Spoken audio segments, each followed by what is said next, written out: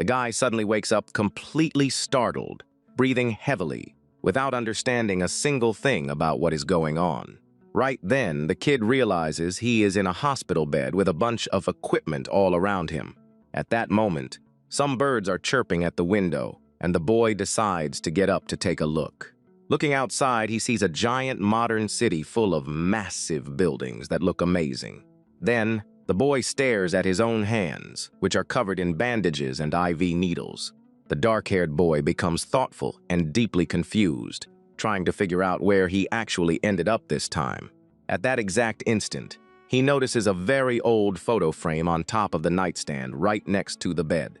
When he picks up the object, the young man sees a photo of himself and finally realizes who he truly is. Suddenly, a very strange noise makes the boy freeze in shock, his eyes wide open. He hears slow footsteps approaching the door and immediately prepares himself for whatever trouble might come next. Just then, the doorknob turns and a nurse enters the room, holding a clipboard with medical exam results.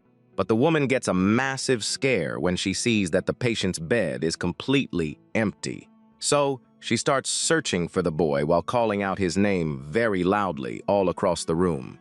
At that moment, the young man is seen crouching way up on the ceiling, holding a pen as if it were a weapon.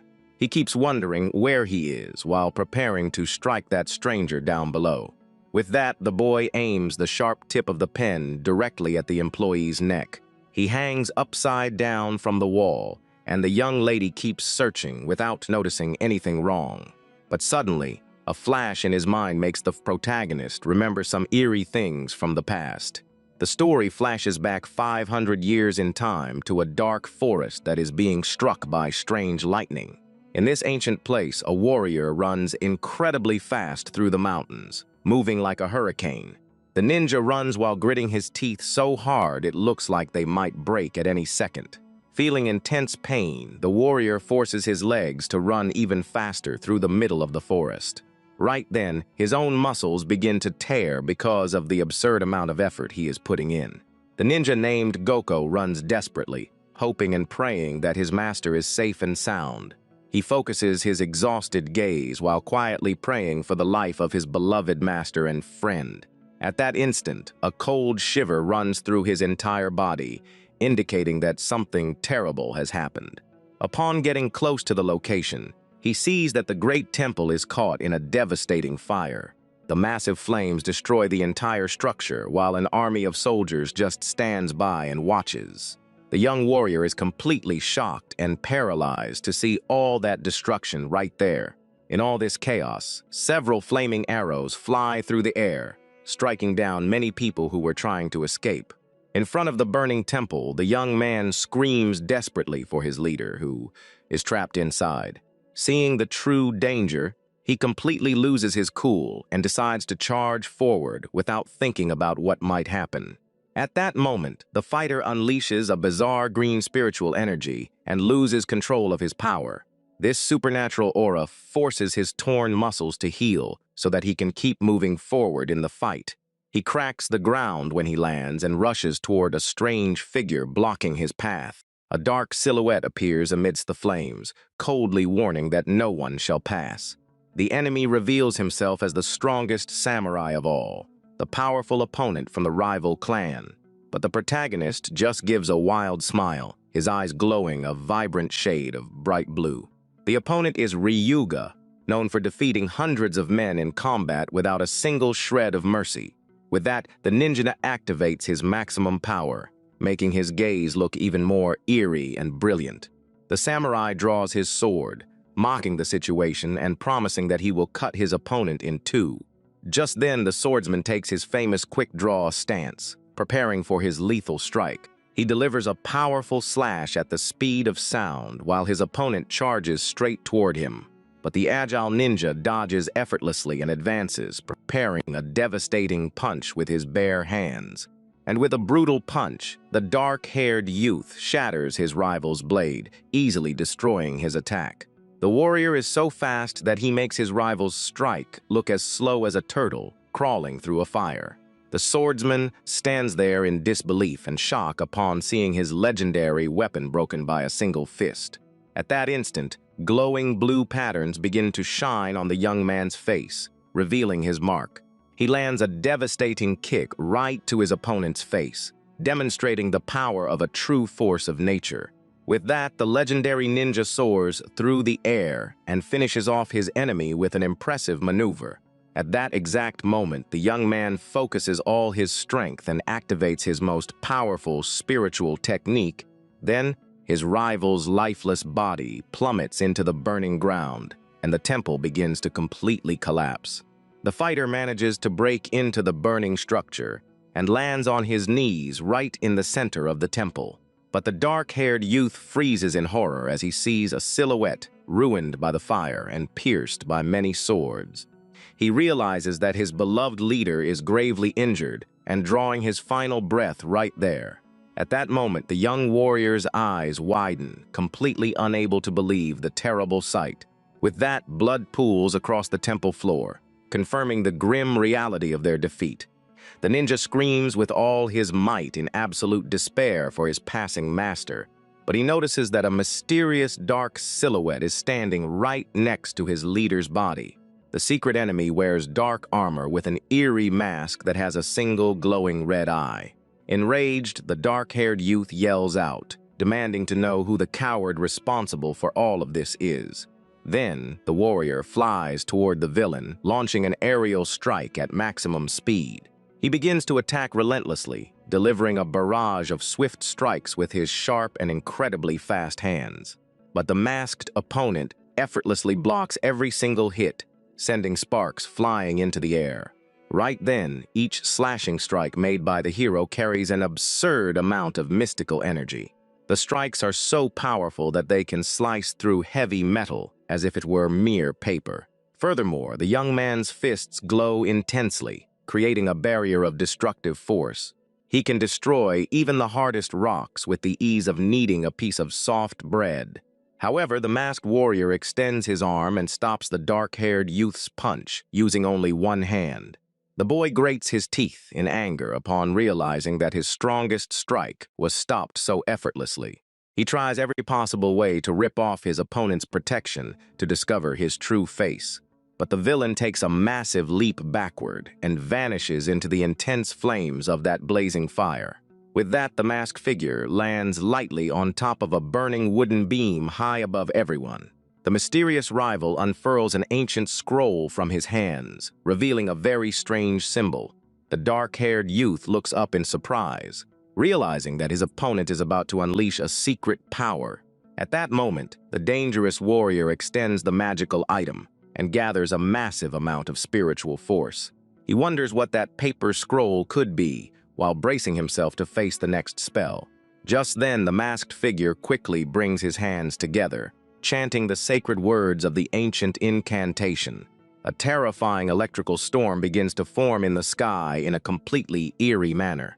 The enemy shifts his finger positions incredibly fast to finalize the ritual of destruction. With that, a bizarre purple energy flows from his arms, completing the powerful spell. A massive bolt of lightning plummets from the heavens and strikes the area with a deafening and violent crash. The impact triggers a massive explosion of flames that quickly consumes everything around it. However, the young man crosses his arms to shield himself from the destructive shockwave ripping through the place. As soon as the dust settles, he realizes that his despised opponent managed to escape without leaving a single trace. The hero screams in rage, calling for the coward to come back and face him head-on like a true warrior. His cries echo in vain throughout the ruined temple, and his heart is filled with an overwhelming sadness. Suddenly, his leader's blood-stained hand moves ever so slowly, trying to get his attention. The fading master begs with his last remaining strength for the young man not to go after that monster. He praises the dark-haired youth's great strength, mentioning that his rival was extremely skilled and dangerous. The Lord of the Lands mentions that the mysterious technique and the rival's tattoos were deeply ominous. At that, the boy cries, clenching his fist tightly out of sheer frustration for failing to save the one he cared about. The man reveals that his life is coming to an end, and that this is officially the sad conclusion of his journey. He deeply regrets not being able to achieve his ultimate goal of uniting the entire nation. At that moment, the passing man remembers his greatest desire, which was to create an era of peace for everyone. He closes his eyes, whispering about the tranquility he so desperately wanted to leave behind for his beloved people. The young man recalls the times when the two of them would gaze at the beautiful village from high up on the castle balcony. The master would smile happily, dreaming of a bright future without unnecessary wars across the world. But in the present, the warrior weeps bitterly while holding the lifeless body of his beloved mentor. The souls of the fallen leader says goodbye, expressing sadness over not being able to see that beautiful dream come true. The leader's spirit slowly vanishes into the flames as he deeply laments the entire situation.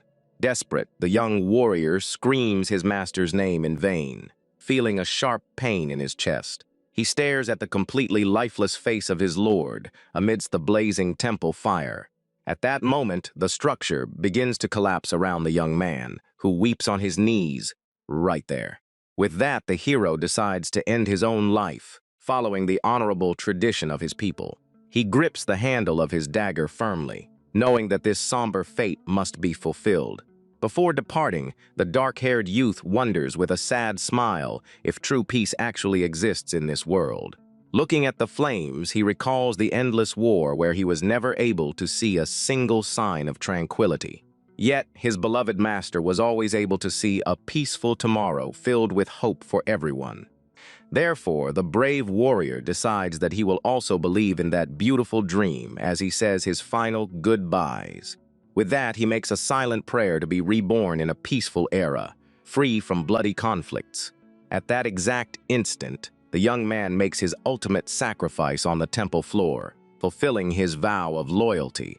The story jumps about 500 years into the future, showing the front of a modern hospital. Inside the office, a caring doctor asks the young man to state his name and age once more. The dark-haired youth calmly replies that his name is Hibari. He is 17 years old, and he is just an ordinary student. With that, the doctor smiles, saying his mind is perfectly sound and that he is cleared to go home. He becomes thoughtful as he listens to the professional praise his incredible and miraculous physical recovery. Upon leaving the area, the nurse congratulates him on being discharged and advises him not to overexert himself. As he walks, the young man remembers how he almost attacked that employee out of pure instinct. With that, he sighs in relief, glad that he didn't accidentally hurt anyone at that moment. He walks thoughtfully through the quiet streets and realizes that truly bizarre things can happen in life. In reality, the soul of the ninja from 500 years ago now resides in the body of this young student, but he still perfectly remembers his master's words about living in a world of peace. The young man is absolutely certain that he ended his own life in the burning temple centuries ago. He still doesn't understand how he ended up here after all this time, but he decides to move forward. Suddenly, cheerful laughter catches the boy's attention right in the middle of the sunny sidewalk. With that, he sees a cute little girl playing happily with a gentle puppy right next to her mother. The dark-haired youth watches that simple scene and feels a very warm and comforting sensation in his chest. Because of this, a gentle smile appears on the young man's face as he realizes that true peace really does exist. He thinks to himself that living in this new era envisioned by his ancient master shouldn't be bad at all. However, his quiet thoughts are interrupted by a slight discomfort caused by his new clothes. The young man complains that the school uniform is quite difficult to move around in, and then he hears a shout right behind him. Just then, a large guy with a mean look calls out his name, seeming quite surprised to see him alive. The bully approaches with a laugh, asking in a mocking tone if the kid actually managed to survive. But the hero analyzes his rival coldly, noticing that the big brute is completely wide open. The stranger comes closer with an ironic smile on his face, showing no actual intention to start a fight. So the young man quickly deduces that this guy must be some sort of friend to the body's previous owner. At that moment, the bully shoves the dark-haired youth's head, casually demanding a greeting. The young man tries to remember if this massive guy's name is Kamazawa while enduring the rough play. With that, he offers an amicable smile and greets the large guy in a polite and very calm manner. The guy in the jacket finds it amusing and comments that his classmate became very submissive after the accident. He gets real close, mocking the fact that hitting his head from a massive height completely changed him. Next, the big guy throws his arm around the hero's neck, inviting him to go have some fun at school. The boy reacts with surprise to those words and displays a highly curious and very sharp look. He finds the idea quite interesting, that school is meant precisely for people to have fun and enjoy themselves. In his ancient era of endless battles, the ninja could never even think about having fun or experiencing peace. Thrilled by this, the young man happily accepts the invitation and says he is looking forward to this new journey. The brute cheers excitedly and drags the young man along to the place where they always used to hang out. At that moment, the hero genuinely smiles, as it is the first time he has ever leaned his arm on a friend. He observes the school grounds calmly and concludes that true peace is wonderful. Right then, the bully leans his weight on another terrified student and orders him to clean his shoes. The protagonist observes that entire cruel scene with a completely calm and expressionless look. Then the big guy smokes a cigarette and asks mockingly why the dark-haired youth doesn't lick his boots too. His sidekicks begin to laugh in a malicious way, commenting that the young man used to be real good at obeying. But the boy just stares at the situation in silence, his gaze shifting into a sharp, analytical look. Just then, the gang leader looks angrily at the red-haired boy, who is serving as his human chair in the courtyard. The crazy guy explains with a laugh that he found a new human chair after the dark-haired youth jumped off the roof. With that, the bully grabs his phone and starts telling a terrible story about the red-haired boy's sister. He shows a video where he cowardly mistreats the young lady, who had only tried to defend her younger brother. The recording shows the young woman crying and begging for help while the aggressors laugh out loud. The big guy keeps laughing at his phone, saying he took the opportunity to mistreat the young lady even more. Hearing all of that, the poor boy on the ground begins to cry and shake from absolute despair and anguish. The red-haired kid begs through his tears for the guys to leave his family alone and stop everything, but the brute kicks the boy out of annoyance, complaining that he ruined the group's fun with his crying. The mistreated youth desperately apologizes, and the bully yells out that servants aren't supposed to speak. Suddenly, the protagonist approaches in silence and firmly grabs the aggressor's shoulder, startling him. He doesn't understand phones or videos, but he understands very well what it means to be a coward. The young ninja realizes instantly that this big guy is someone who does not belong in a peaceful world. So, he states firmly that there is nothing more pathetic in this world than a coward. The brute gets extremely furious, the veins on his forehead popping upon hearing such audacity. In reality, the dark-haired youth just wanted to put a stop to that malice, with no intention of starting a fight. At that, the bully arrogantly challenges the hero, asking if he forgot who runs things around there. With that, the student takes an imposing step forward and demands that the bully show him. The crazy guy completely loses his temper from sheer rage and readies his punch to destroy the protagonist. This challenge serves as the starting signal for a fight, while the sidekicks mock the hero. The big guy lets out an insane laugh, commenting that his opponent must have forgotten what pain feels like. Then, he cracks his knuckles, promising that he is going to teach the boy a painful lesson. The brute throws a monstrous punch with total force, and his friends celebrate their guaranteed victory.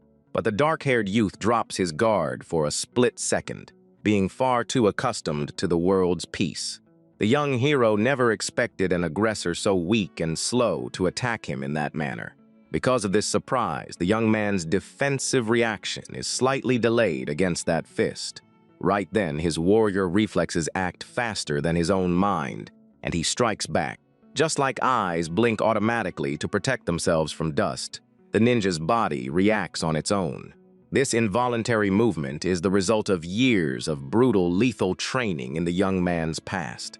With that, the hero delivers a spectacular flying kick, striking the opponent's face dead on. The precise hit makes the crazy guy spit blood and fly backward in a very painful manner. The big guy is thrown onto the courtyard ground, knocked out instantly by a pure ninja reflex.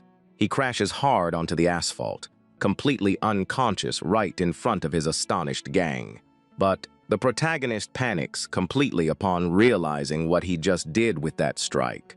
He gets startled, thinking that he just took a civilian's life because of his automatic reflex.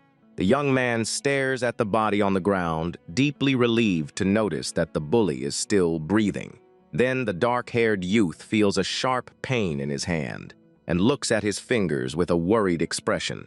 He notices that his skin is torn and bleeding heavily because of the violent impact of the hit. This happens because his current body belongs to an ordinary boy who cannot handle his ninja techniques. Right then, the sidekicks help their injured leader up, shouting in fear over the state he is in. They lift their companion in a hurry, saying they need to take him to the hospital immediately. The guys back away, carrying their wounded friend while shouting vows of revenge across the courtyard. The boy wipes the blood from his hand, thinking that his old skills are useless in this era. Then he approaches the red-haired kid on the ground, extending his hand and asking if his classmate is okay. But suddenly, a mysterious and very dense white smoke begins to envelop the young man in the courtyard. The dark-haired youth looks on in shock at the red-haired kid, who is kneeling and completely surrounded by the mist. With that, the protagonist shields himself with his arms and realizes that this is a cloning technique. Then the injured boy reveals himself, calmly smoking a cigarette with a highly intimidating look. He steps out from the middle of the smoke screen, displaying a demeanor completely different from before. Because of this, the hero decides to raise his alert status, sensing a lethal intent radiating from him. The orange-haired opponent coldly asks if the dark-haired youth is also a real ninja.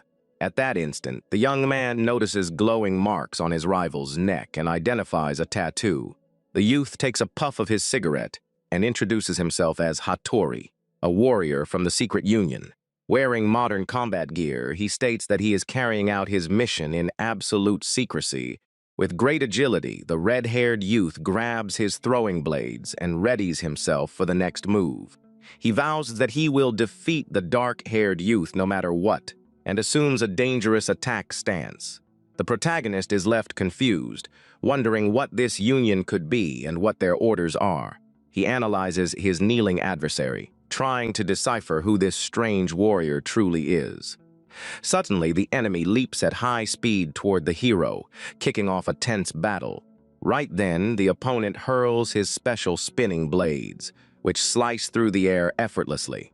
He performs rapid hand signs to conjure a destructive technique using smoke canisters. But the protagonist moves with agility and manages to halt his rival's attack with his bare hands. Several explosions detonate at the exact same time, covering the entire courtyard in a massive white cloud. The red-haired youth takes advantage of the distraction to activate his secret mist prison technique all around. With that, dense currents of smoke begin to encircle the dark-haired youth, trapping him in a snare. The smoke closes in rapidly, leaving the hero with absolutely no way out in the middle of the courtyard. He tries to see through the barrier, wondering why he is suddenly being attacked out of nowhere.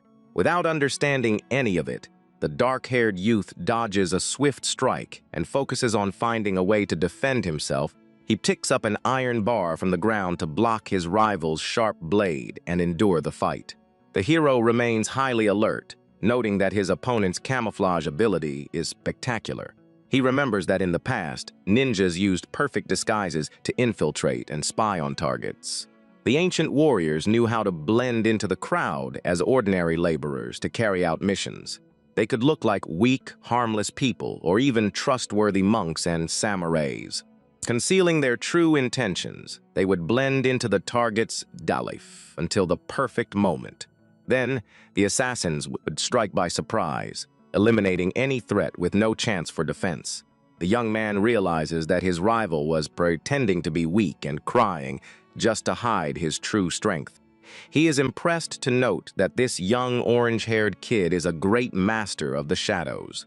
Camouflage is the secret foundation of a shinobi, and through it, the dark-haired youth recognizes the guy's high level. The boy wonders if ninjas are still hidden within the modern crowds to this very day. Suddenly, the rival reappears amidst the smoke, delivering a rapid strike and taunting the protagonist. The red-haired youth blows a concentrated gust of wind to destabilize the dark-haired youth's movements. The mist gets into the hero's eyes, obstructing his vision and making the situation much more difficult. Right then, the opponent delivers a precise slash that makes blood gush out, hitting the protagonist's leg. The hero groans in pain from the violent impact of the attack, but stays on his feet to defend himself. He is pushed back by the force of the hit, and the enemy leaps agilely back into the fog. The orange-haired warrior moves with extreme ease through the smoke with a confident smile. He warns that the dark-haired youth will never be able to find him inside that smoke prison. Desperate, the protagonist screams for his rival to stop the fight, as he does not want to fight him. The boy asks his adversary to explain the situation and tell him what is going on there. Then a mysterious voice echoes through the fog, revealing that a terrible danger looms over the city. The warrior claims that there is a highly dangerous serial killer operating in the shadows. He firmly reveals that his true mission is to hunt down this monster and put an end to the deaths. The dark-haired youth tries to concentrate, noting that his opponent managed to completely erase his physical presence. He deduces that this smoke screen is an advanced variation of ancient fire techniques. It is a perfect stealth style for eliminating targets silently in the middle of the darkness. Right then, the red-haired youth accuses the hero of hiding without an official registration, saying that is suspicious. But the dark-haired youth screams back through the smoke, saying he only wants to live a peaceful life. Then, the opponent scoffs at that response, claiming that a true assassin never seeks peace. At that moment, arms made of mist begin to silently emerge around the boy's legs. With that, smoke clones grab his feet, preventing him from being able to move or escape. The protagonist gets startled upon realizing that he fell into a dangerous smoke clone trap. Right then, several sharp weapons are hurled in his direction, cutting through the fog at high speed. The young orange-haired kid orders his elimination, and the blades hem the hero in from all sides. But the boy just stares at the situation, fully understanding the gravity of the fight at that very instant. Then the young man calmly closes his eyes, accepting that he is going to need to fight seriously now. At that, the enemy senses a sudden shift in the environment and widens his eyes, highly surprised. The dark-haired youth accepts the reality that he is facing a genuinely strong and dangerous opponent. At that moment, glowing blue marks appear on the young man's neck, and he laments the situation. He realizes that even after 500 years, the dream of a peaceful world is nothing more than an illusion. With that, the hero releases a roaring blue power, proving that the era of wars never truly ended. The young warrior focuses his entire attention with a sharp, glowing gaze that sends shivers down the spine. Right then, the shockwave of his power destroys all the weapons in midair, leaving his opponent terrified. The red-haired youth was using his mist to track the dark-haired youth's body heat and weight with precision. But upon activating his special power, the hero's presence simply vanishes into thousands of points. As soon as the protagonist releases his true ninja strength, his energy trail disappears. The hero's thermal image turns into a colorful swirl, completely impossible for his rival to decipher. The adversary begins to break into a cold sweat, feeling that the situation has slipped completely out of his control. A massive spiritual presence appears right behind him, making the enemy feel absolutely tiny. The red-haired youth panics because the hero's strength is so immense that it is impossible to locate him. He looks desperately in every direction, trying to find the dark-haired youth within the colorful mist. Suddenly, the young man appears right behind his opponent with a weapon pressed against his neck. With a slight smile on his face, the protagonist coldly announces that the victory in this battle belongs to him. He claims that if they were true enemies, the red-haired youth would already be defeated, and vows he knows nothing. The opponent stammers in fear, understanding none of it, and demands to know who he really is. The young man reveals that he is actually the warrior Goko and that he reincarnated into this student's body. At that, the rival falls into complete shock upon hearing the name of the legendary and feared warrior from the past. The protagonist confirms the story with absolute seriousness, and the red-haired youth remains paralyzed with terror. With that, the dark-haired youth picks up his weapon from the ground and decides it is time to put an end to the conflict. The young man begins to walk away, warning that his adversary is going to have to explain a whole lot of things. The hooded boy stands there extremely surprised, trying to process whether that revelation could actually be real. He finds all of it complete madness, but decides to run after the dark-haired youth to clear up his doubts. Right then, a toad observes the two young men's movements with a confused, unblinking gaze. The young men arrive at a modern diner in the city called King Burger to grab something to eat. The hero stares at the sandwich with suspicion, wondering if that thing is actually meant to be eaten. His orange-haired companion patiently explains that this food is called a hamburger. While placing their order, the red-haired youth tries to flirt with the cashier, but gets a very direct rejection. They walk with their trays in hand, and the protagonist admits he has never seen food with those colors before. His companion takes a massive bite out of his meal, completely happy, while the dark-haired youth watches suspiciously. The boy carefully sniffs the sandwich, decides to take a small bite, and widens his eyes in surprise. He is completely marveled upon realizing that modern food is incredibly delicious. Right then, the sacred symbol of the secret alliance known as Shinoran is displayed on the screen. This organization serves to control modern-day warriors and prevent infighting and violence. They monitor the use of heavy weapons, dangerous substances, and blades outlawed by the legal system. The alliance also works to prevent turf wars between different criminal factions. They handle cases that even the police cannot solve, and to use jutsus, one must hold a license from them. The opponent explains that the alliance knows the face of every shinobi, which is why he found him suspicious. At that, the red-haired youth bows, offering a sincere apology while the dark-haired youth calmly eats French fries. The hero replies that it is fine, as he only received a small cut on his foot that will heal quickly. He speaks in a relaxed manner, but his adversary is shocked, wondering if something like that actually heals fast. The companion is completely bedazzled, finding the legendary warrior to be an incredible person. He remembers that Goko is known in history as the strongest ninja to have ever existed. The red-haired youth gets emotional to be standing right before a true living legend of ancient history. But the reality is quite funny, as the hero is just devouring fries with his mouth full, looking rather clumsy. However, the young man tries to play down his massive admiration so he won't seem like a weak or amateur warrior. With that, he turns his face to the side, trying to hide his eagerness, while the protagonist stares at him in confusion. The red-haired youth sips his soda, thinking that showing too much excitement is the mark of a novice shinobi. The boy starts a conversation, commenting that this whole reincarnation business is something unbelievable to accept. Next, the orange-haired youth asks if the hero can also use powerful jutsus. The dark-haired youth replies seriously that the technique used to bring him back was not one of his own. He suspects that the mysterious spell has something to do with that one-eyed warrior he fought in the past. Furthermore, the boy leans in, advising that his current name in this new life is officially Hibari. The young man says his old name was left in the past, and that now he wishes to be called only Hibari. He states that he wants to try to live a normal life without carrying the weight of his war-torn era. The red-haired youth stares at the hero with stars in his eyes, finding his demeanor incredibly cool and stylish. The dark-haired youth also asks him to speak casually, since the two of them are almost the exact same age. His companion turns bright red with embarrassment and submissively agrees to the young man's orders. Clearing his throat, the red-haired youth promises to speak normally and mentions there is another reason for the attack. The hero asks if the matter concerns rogue warriors, and his classmate confirms with a serious look.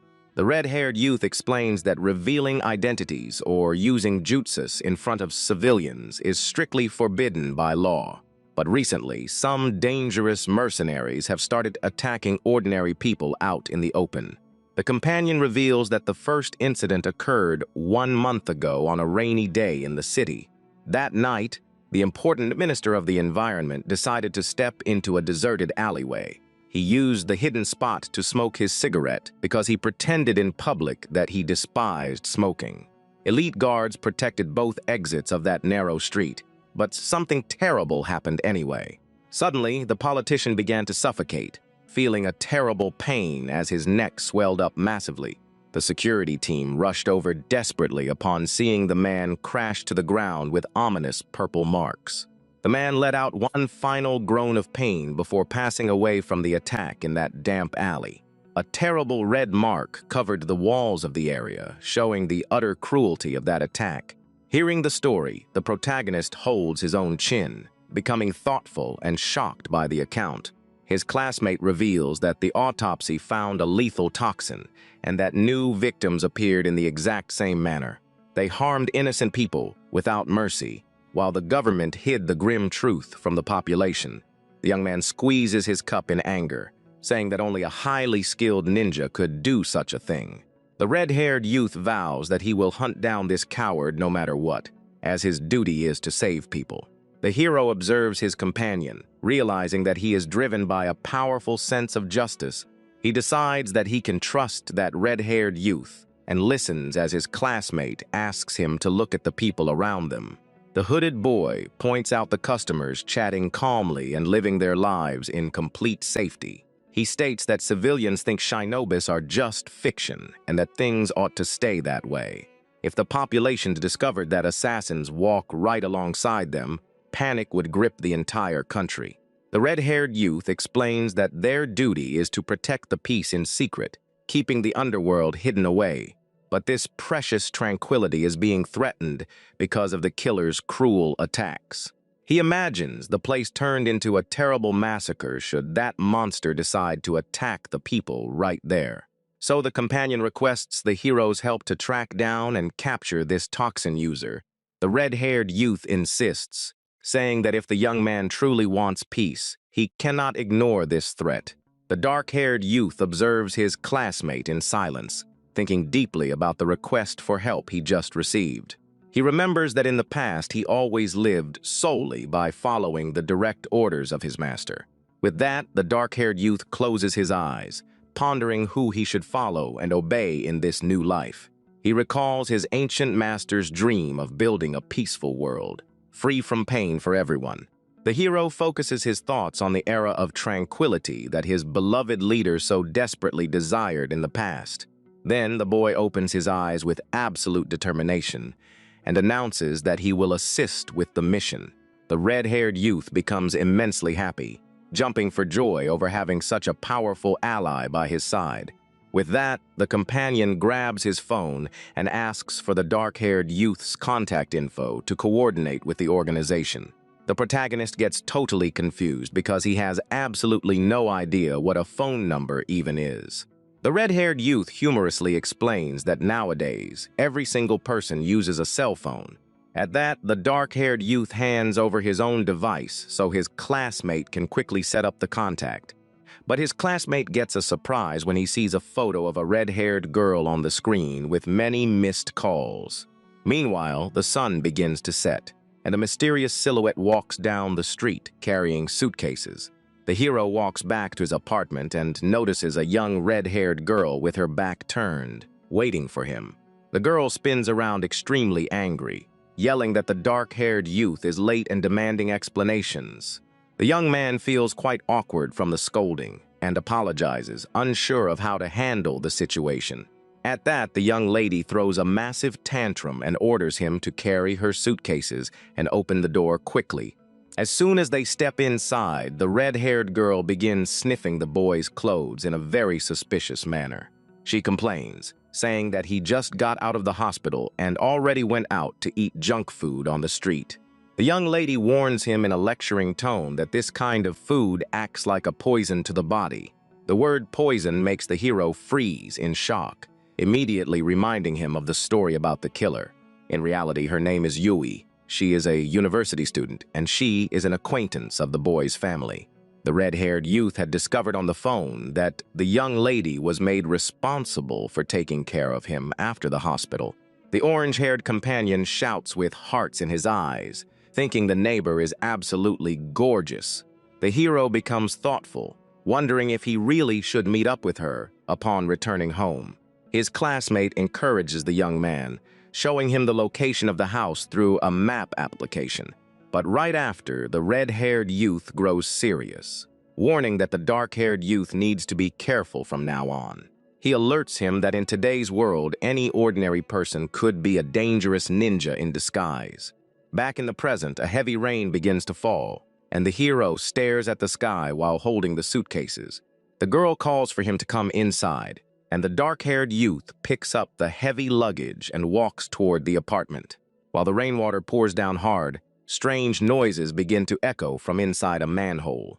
Just then, a mysterious and frightening force made of pure water extends a hand out of the opening. Unaware of the danger, the young lady walks down the building's hallway, and the young man follows her attentively. The youth observes her actions, trying to decipher the behavior of this new housemate. She repeats that bad food choices are highly detrimental, leaving the hero quite suspicious. The protagonist stares at the red-haired girl with a very serious look, wondering if he can truly trust her. The student enters the place and praises the room's neatness, while the dark-haired youth carries her luggage. But the boy feels uneasy when he notices the absurd weight of those suitcases she brought to the house. He finds it very strange that ordinary clothes would weigh so much, and suspects that she is hiding something. The young woman smiles mysteriously and announces that she brought an excellent gift, opening the suitcase. At that, the hero grows tense and readies himself for a fight, expecting to see some sort of secret weapon. She comments on his accident at the school, while casually rummaging through the suitcase. The red-haired girl claims that if he wants to defeat stronger opponents, he is going to need some assistance. With that, she pulls out a mysterious container with a dark-colored powder, putting the young man on high alert. The protagonist stares at the container, startled, thinking it might be some sort of dangerous substance. He panics, thinking about the possibility of that being the serial killer's terrible toxin. But the young lady holds up the jar with a grand smile, revealing that she only brought a protein supplement. The hero is left completely confused, with several question marks in his mind, not understanding what that is. The student sits on the floor, starts taking her things out of the suitcase, and complains that he is far too thin. With that, she mentions affectionately the long 10-year period they spent without seeing each other. Suddenly, the young woman drops a heavy iron dumbbell onto the floor, startling the boy with the loud crash. She displays various exercise pieces, saying that the dark-haired youth is weak and lacks any muscle. With that, she displays several pieces of gym equipment on the floor so that the young man can truly train. At that, the red-haired girl comments that otherwise, she will end up worrying about him every single night. At that moment, the dark-haired youth holds the weights in his hands, while feeling rather confused by it all. Then the young lady begins to demonstrate how each object works, striking funny poses around the room. But the young man stares at the girl coldly, wondering if she could be an enemy in disguise. Right then, the student tries to squeeze the equipment with both hands, even though she knows she should use only one. With that, the young man realizes that this red-haired girl truly is deeply concerned about her friend's health. At that moment, she rests her hand on the young man's chest with embarrassment, wondering why she is doing that. Then she explains that she owes a great deal to his mother, and that is why she will be living in his apartment for a while. But the dark-haired youth stares at the object in his hand, trying to comprehend the true intentions of that young lady.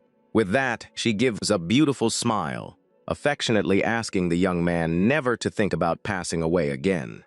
At that exact instant, the young man stares at her in silence, wondering if he really ought to tell the truth. He considers revealing to her that he is actually not the student she used to know in the past. So the warrior builds up his courage and opens his mouth to try to explain his true identity right there. But the red-haired girl stretches, cutting off the topic, and complains that she is feeling sweaty now. With that, she begins to take off her top right then and there, mentioning that the walk to the house was long. At that moment, the dark-haired youth widens his eyes, completely in shock at her sudden action. With that, her clothes go flying through the air, and she runs excitedly toward the bathroom for a shower. The young man turns extremely red with embarrassment, wondering if people no longer have a sense of decency.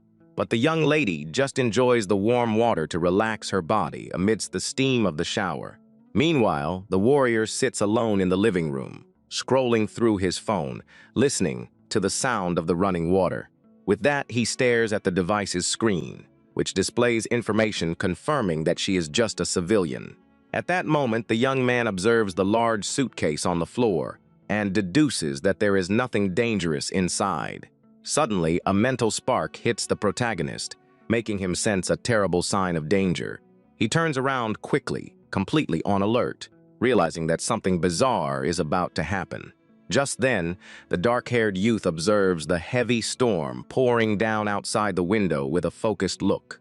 He remembers his allies' warning about the dangerous killer who always operated during the rain.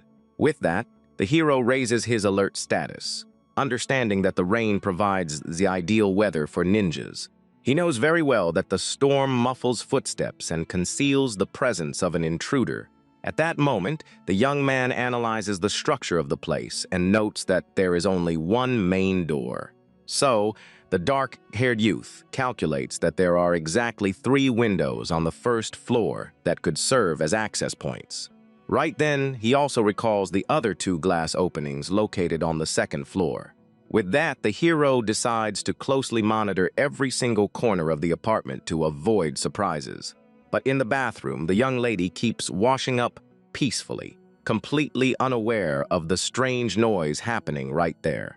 At that exact instant, a bizarre creature made of pure water begins to silently emerge from the drain.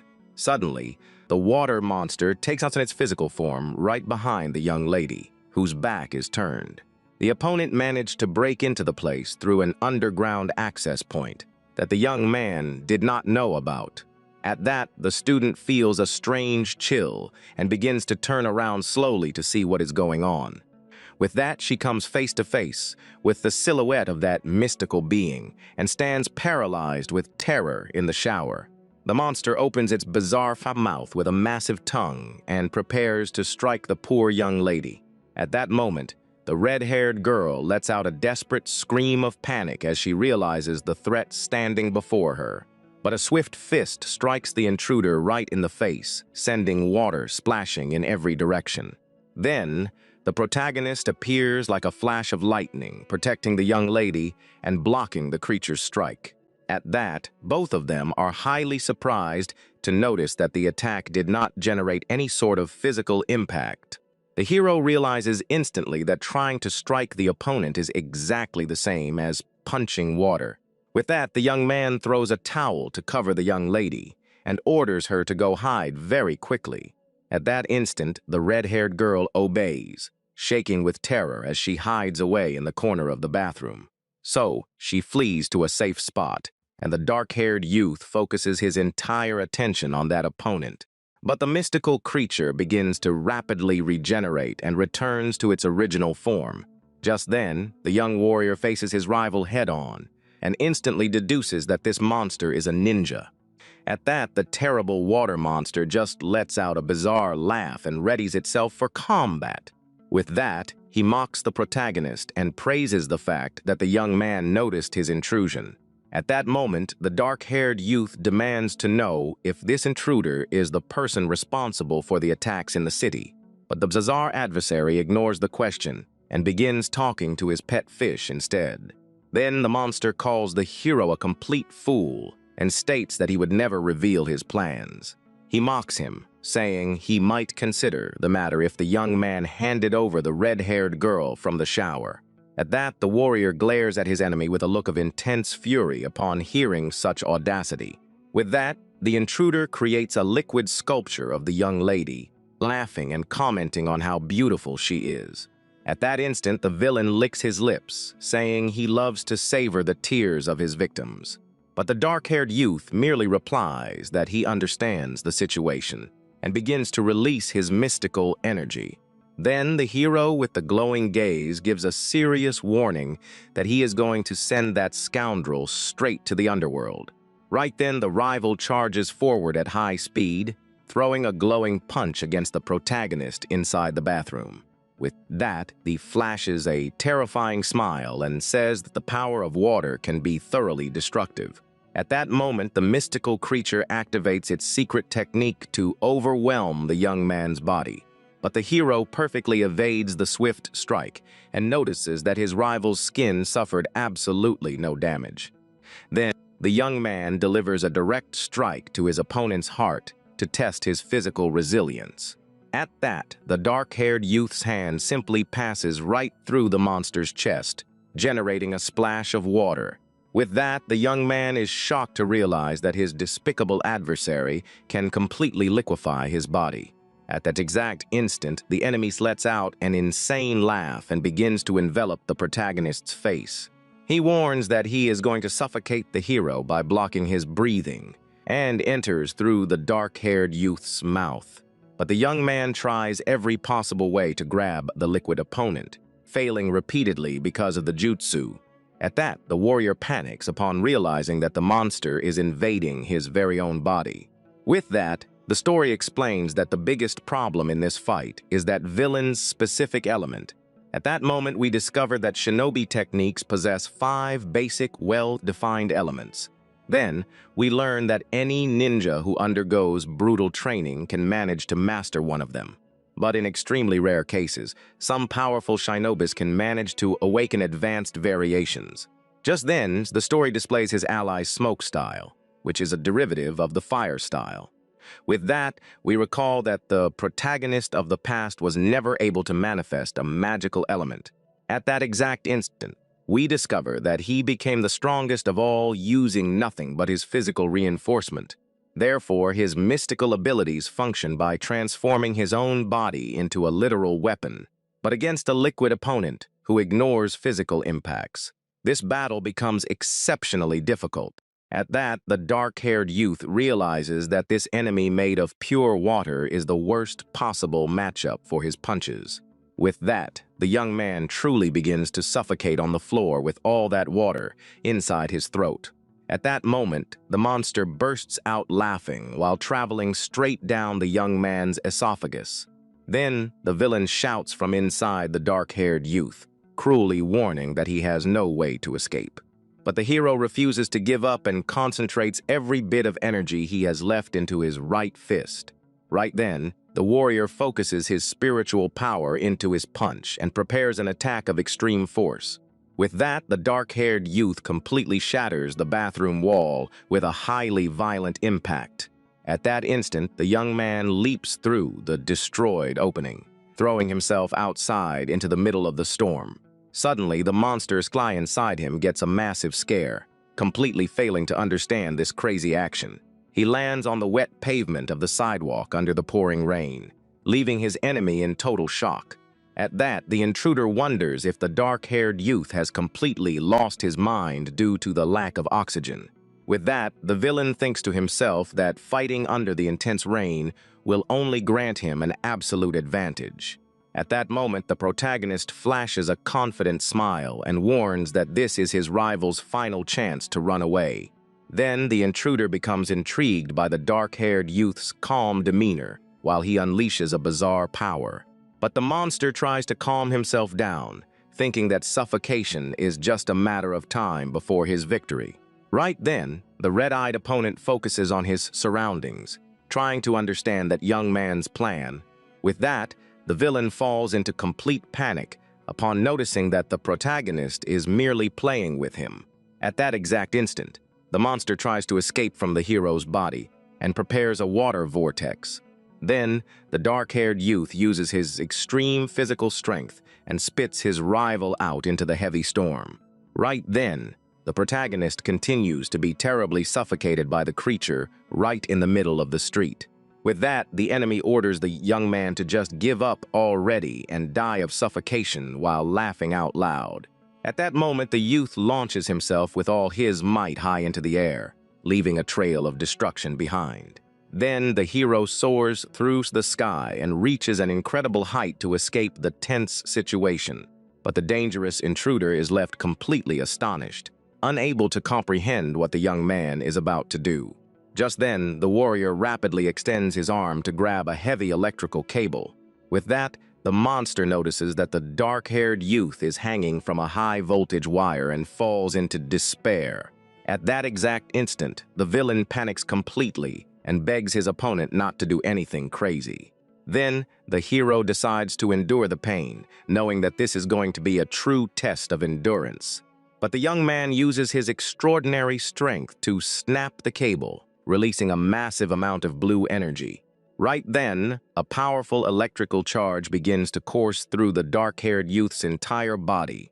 With that, the intruder hidden inside him takes the full blast of the discharge and screams in pure agony. At that moment, the hero grits his teeth in pain from the shock, but keeps holding onto the cable. Then, the story explains that the ninjas of the past knew how to channel the energy of nature. He was able to sense instantly that the mysterious black cable contained a massive electrical charge. At that, the terrible water monster cannot withstand the pressure of the shock and flees through the young man's mouth. With that, the protagonist screams with all his might while focusing entirely on expelling the scoundrel. At that instant, the warrior is left exhausted and trembling, feeling the full impact of the electric shock. Then the hero finally manages to spit the last remaining part of that water being out. But the creature falls to the ground, completely dazed by the electricity, and the dark-haired youth breathes a sigh of relief. Right then, the enemy's liquid body plummets onto the wet asphalt, and the young man climbs down from the pole. With that, the opponent realizes he can no longer keep his jutsu active because he is too heavily damaged. At that moment, the wounded monster falls into despair, trying to think of a way to escape quickly. Then, the dark-haired youth walks imposingly toward his rival and notices that the storm is coming to a stop. But when the villain tries to crawl away, the warrior approaches and grabs him by the tongue.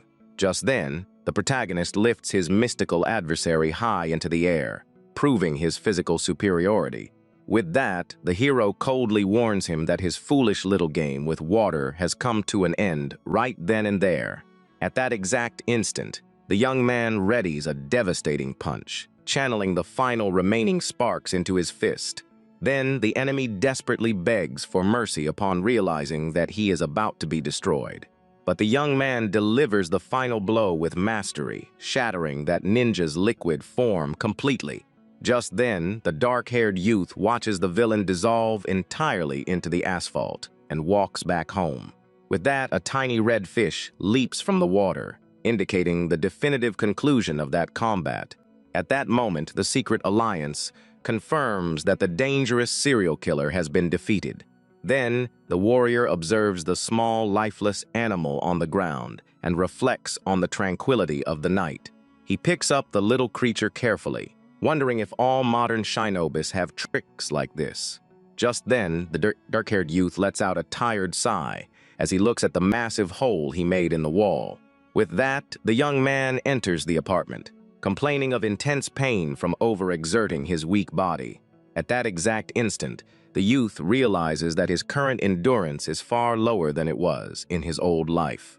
Then the warrior admits that he got lucky that the enemy used water style, which is weak against lightning. He knows that against a high-level rival, things would be extremely difficult to resolve.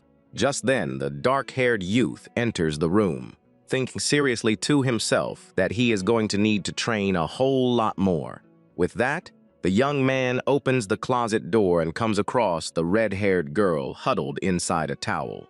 At that moment, the neighbor looks up with tears in her eyes, displaying absolute terror over the situation. Then the protagonist gives a calm and comforting smile, advising her that the danger has already passed. But the young lady keeps staring at the young man with a frightened expression, completely unable to speak. Just then, she notices his clothes are totally torn and scorched, and wonders to herself what happened. With that, the girl stares at the dark-haired youth with immense sadness, not understanding what that monster was. At that instant, the red-haired girl suddenly throws herself into the young man's arms, startling the protagonist a bit. Then she leans against his chest, whispering in a trembling voice that she cannot manage to stand on her feet. But the dark-haired youth merely accepts the situation and offers his friendly shoulder to comfort the young lady. Just then, the red-haired girl looks shyly at the floor, her cheeks flushed after receiving his help. With that, she rests her head gently against the dark-haired youth's chest and thanks him for saving her life. At that moment, the young man stares at the girl and feels his face warm up a little from the close proximity. Then the warrior takes swift action, scooping the young lady up with ease and carrying her. But the neighbor gets a big scare from the sudden action and yells at the young man to put her down. At that, the hero humorously explains that he was only following her orders to offer physical support. With that, he understands his mistake and shifts to holding the red-haired girl in a normal, more comfortable way. At that instant, the young lady apologizes and admits she was wrong to call the young man weak. Then, she praises the youth in a good-natured way, commenting that he seems much sharper and more confident now. But the dark-haired youth just gives an amicable, welcoming smile, feeling that the two of them have grown closer. Just then, the young man makes a video call to his ally, letting him know that the monster has been captured. With that, his orange-haired classmate mentions over the phone that he will send a team to collect the target. At that moment, the red-haired youth squats on top of a tall building, observing the city below. Then, the warrior observes the prisoner lying on the bed, wondering if he really was the serial killer. But his hooded companion deduces that the water element would perfectly explain the ease of breaking into places. Just then, the hero shows that he found a small fish in the room, meaning someone was spying on the fight. With that, the scene focuses on the dark-haired youth sitting in his room, keeping an eye on the prisoner tied to the bed. At that exact instant, the young man stares at the small cup of water, agreeing that this was the logical conclusion. Then, the red-haired youth claims that the only way to get the correct answers would be by interrogating the target. But suddenly, the hooded companion sees something bizarre on his phone and lets out a desperate shout. Right then, the ally desperately warns the hero to look behind him because there is a threat inside the room. With that, the dark-haired youth spins around and comes across several green toads crawling over the prisoner. At that moment, the red-haired youth screams desperately, saying that the goal of those creatures is to silence the witness. Then the ally tells the dark-haired youth to act fast, since that prisoner is their only source of information. But the hero notices instantly that the amphibians are armed with highly lethal poison needles. Just then, the toads launch their venomous needles, and his classmate begs him not to let the guy perish. With that, the dark-haired youth realizes in a fraction of a second that he would not be able to reach them in time by running. At that instant, the young man concentrates his mystical energy into his fingertips at high speed. Then, the youth grabs the pens from the desk, preparing a precise throw enhanced by his power. He hurls the objects in mere milliseconds, creating glowing projectiles aimed at the animals. Right then, the improvised projectiles strike the amphibians dead on, splashing blood across the room. With that, the hero completes the throw masterfully, managing to hit every single target all at once. At that moment, the youth notices a trail left by a needle that just barely grazed his own face. Then he widens his eyes in dread upon realizing that one of the attacks slipped right past his defense. Sure enough, one of the venomous needles pierces straight into the prisoner's neck, drawing blood. At that, the captured man lets out a terrible groan of pure pain and begins to suffocate because of the poison. With that, the terrible toxin spreads, and the prisoner begins to swell up in a highly bizarre manner. At that instant, the enemy screams in pure agony, right in front of the dark-haired youth, who stares at it all in shock. Then, the prisoner's body simply detonates, generating a massive screen of red smoke. But the hero shields his face with his arms and notices another amphibian hidden away in the corner of the room. Just then, the young man charges forward with everything, delivering a swift strike to crush the last remaining animal. With that, the toad simply vanishes into thin air, transforming its body into a cloud of smoke. At that moment, the youth is left surprised to notice that the creature vanished right before his eyes. Then he analyzes the bodies of the defeated amphibians and notices that they are melting away. But right after, all the toads turn into pools of blood and completely disintegrate right there. Just then, the ally shouts frantically over the phone, wanting to know if the dark-haired youth saved the victim. With that, the young man stares at the blood-stained bed, deeply regretting that he failed the mission. At that instant, the red-haired youth claims that the marks of passing are identical to the other cases in the city. Then the dark-haired youth mentions that all the toads vanished, confirming that it was merely a technique. But his ally irritably concludes that the true killer is the user who controls the toads. At that, the red-haired youth laments over the phone, claiming that their greatest source of information has perished. But the dark-haired youth stares at the remains in the room, advising that they actually did not walk away empty-handed. With that, the young man analyzes the marks on the deceased's skin and notices that the tattoo was very recent. At that moment, the hooded ally realizes that their adversary was just an ordinary civilian up until last month. Then he explains in surprise that a secret shinobi mark is not something easy to acquire. However, the orange-haired ninja is suspicious of the bizarre speed at which their rival awakened.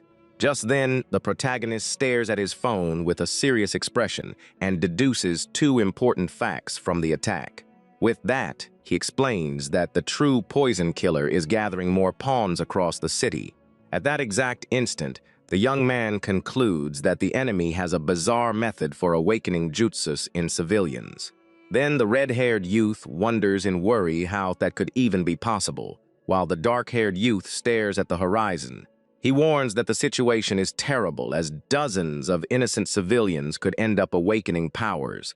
Just then, the ally imagines the city consumed by absolute chaos, with ordinary people fighting and destroying each other. With that, the red-haired youth suggests sending the prisoner's remains straight to the Union for an autopsy.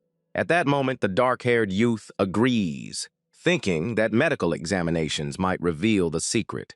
Then, the hooded ninja invites the hero to accompany him to the headquarters of the secret organization. He explains that he needs to introduce the young man to the boss so he can officially join the operation. At that, the protagonist accepts the proposal in a calm manner and ends the call right at that moment. With that, the dark-haired youth stares at the large full moon through the blue curtain of his bedroom window. At that instant, the hero mentally prepares himself for his very first official visit to the Union.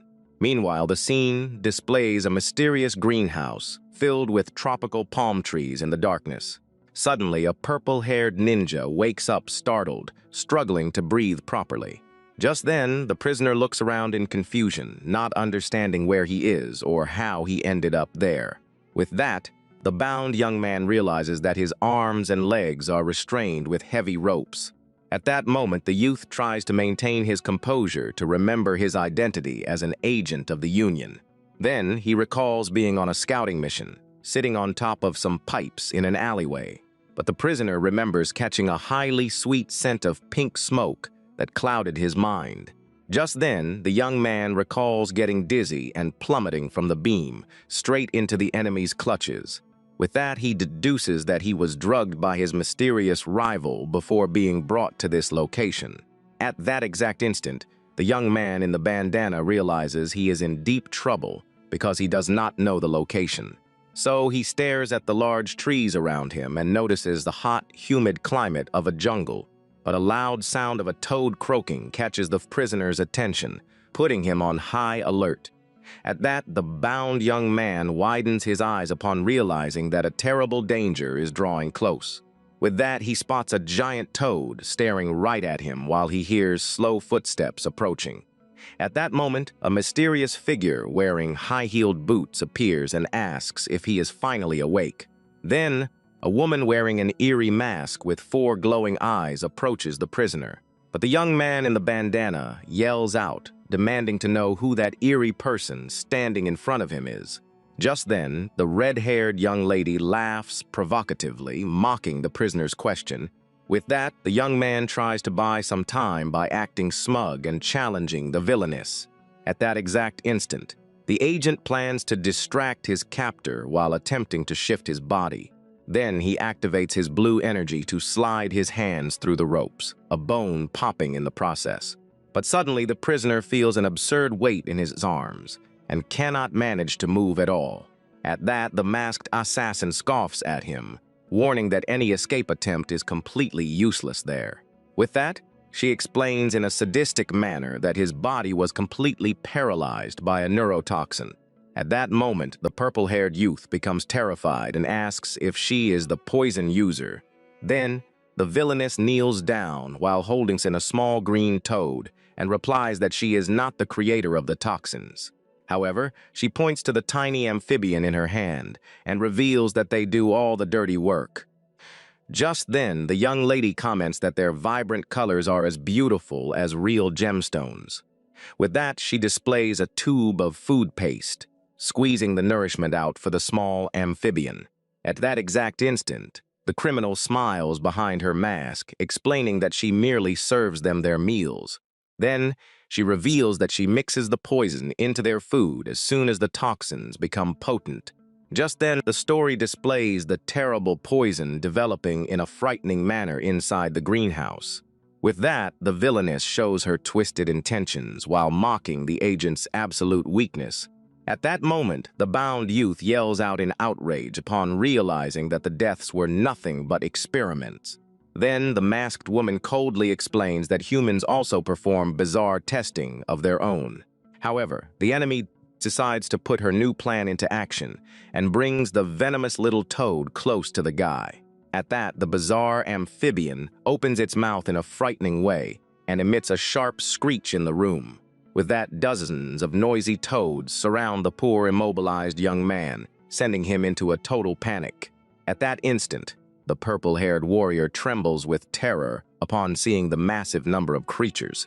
Then, the villainess states that she needed to eliminate the previous ninja because he was far too inefficient.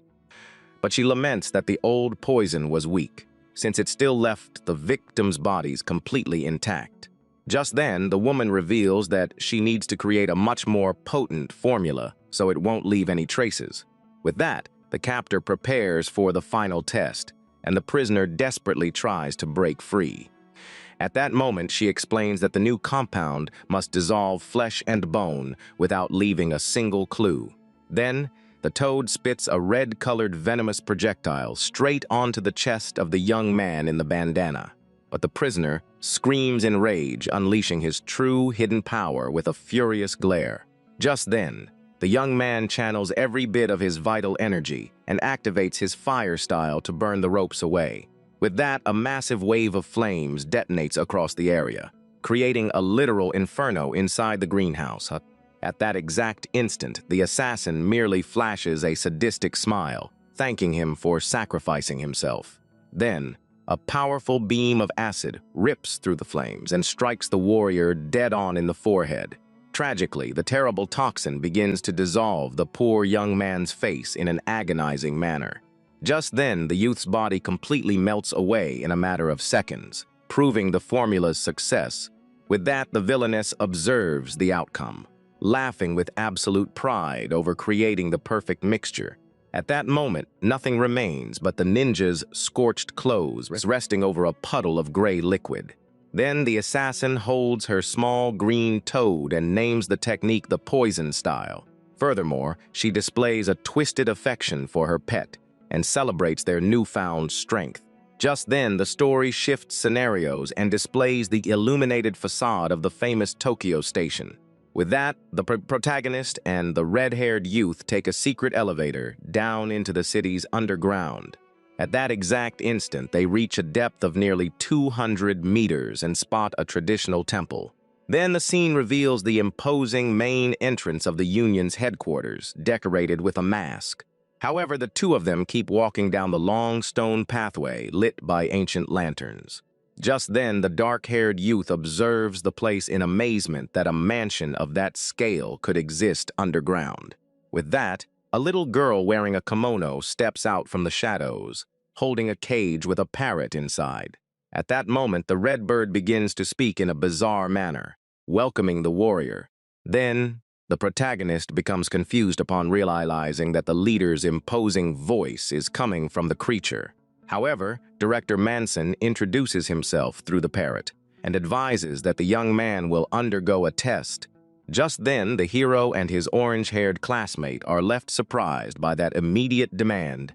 With that, the leader explains that his mystical technique allows him to borrow the eyes and mouths of animals.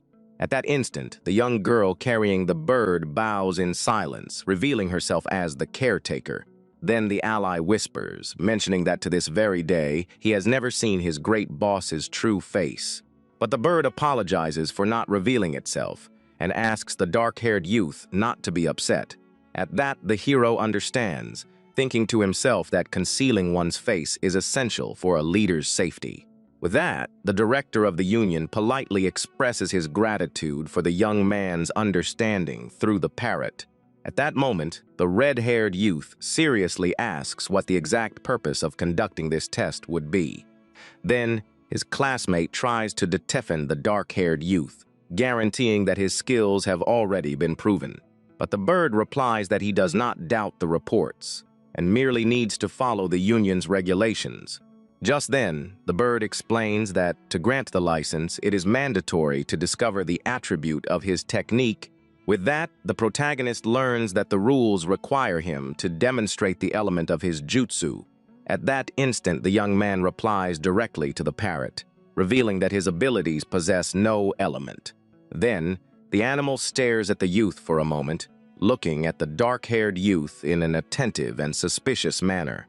However, the scene displays the 5 classic elemental styles of ninjutsu, and the conversation grows tense. Just then, the leader recalls that in the past, the young man became the strongest ninja in the world without using elements. With that, he highlights the legend of Goko, who used to defeat entire armies using nothing but his bare body. At that moment, the director explains that in the present, the soul of that living legend inhabits this young student. Then, the protagonist is highly surprised to notice that the union knows perfectly well who he is.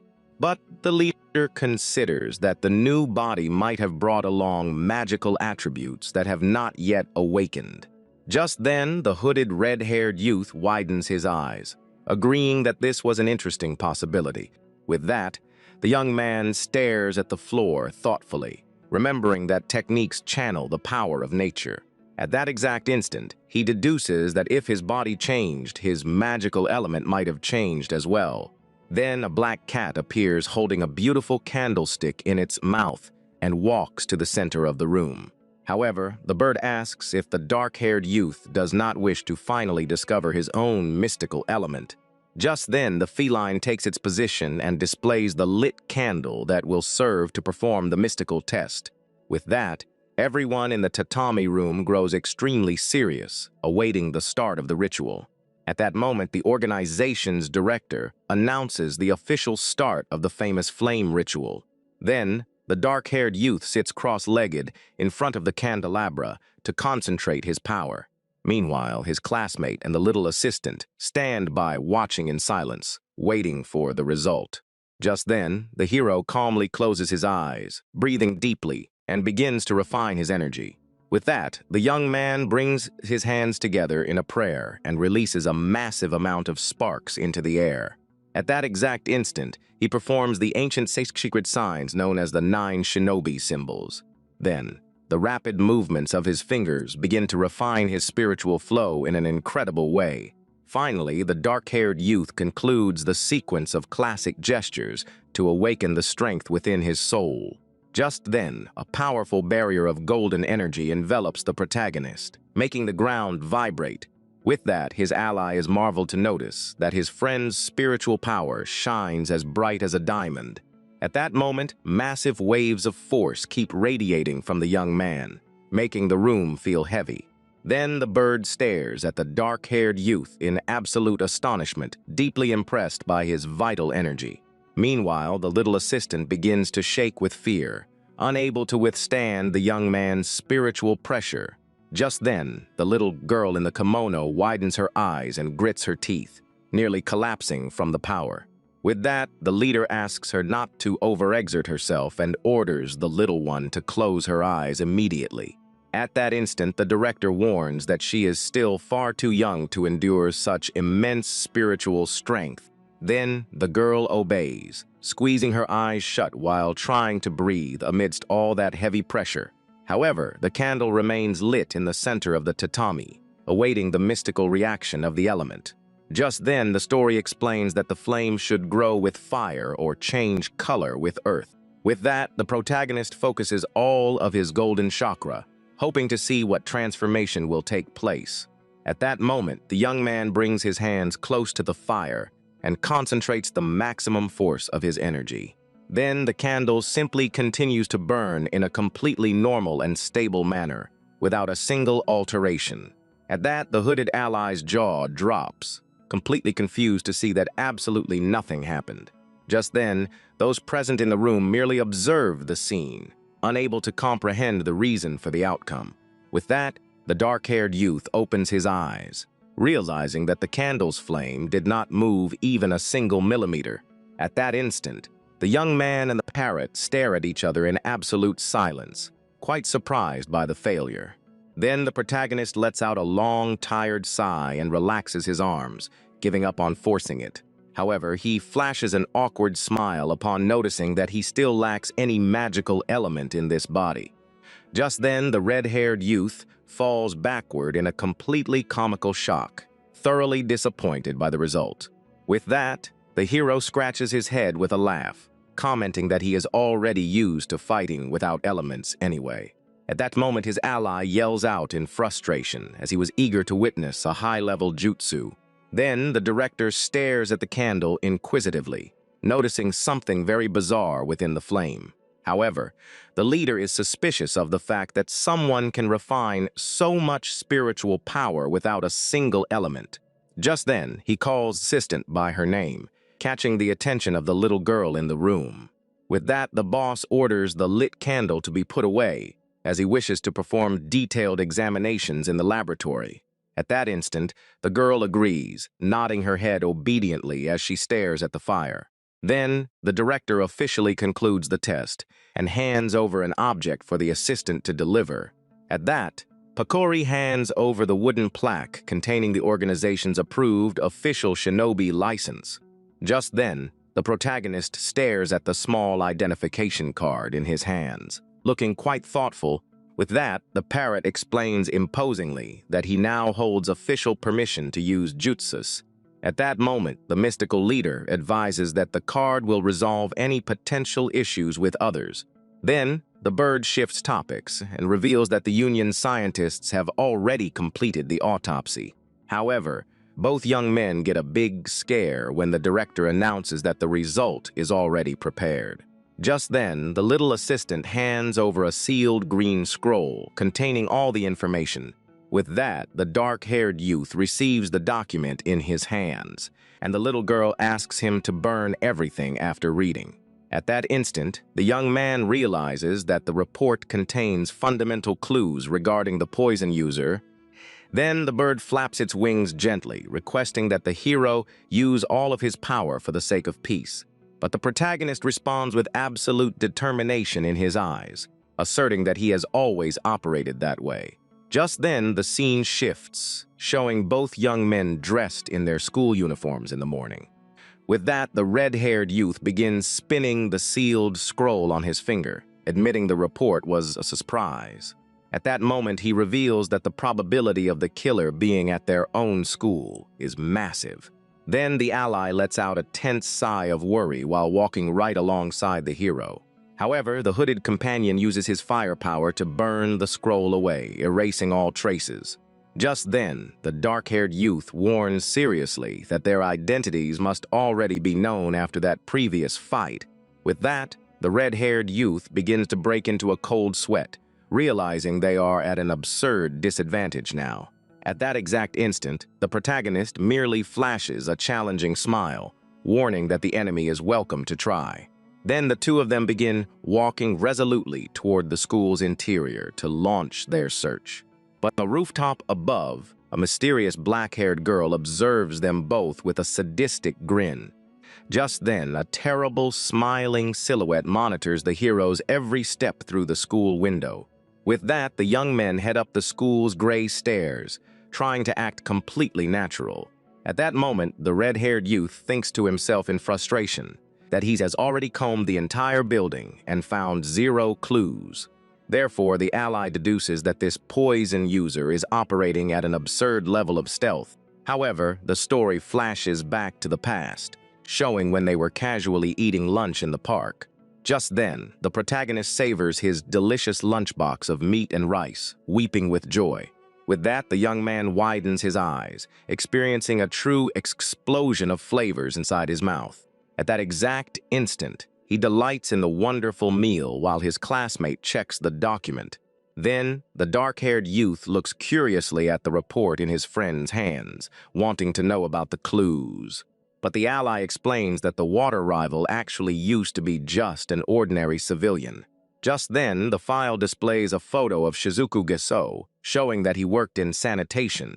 With that, the document reveals that the deceased loved raising small fish in his aquarium. At that moment, the little assistant is seen tenderly caring for all the rescued animals.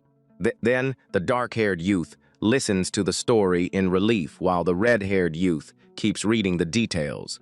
However, forensics discovered a microscopic needle mark on the deceased's skin that almost went unnoticed.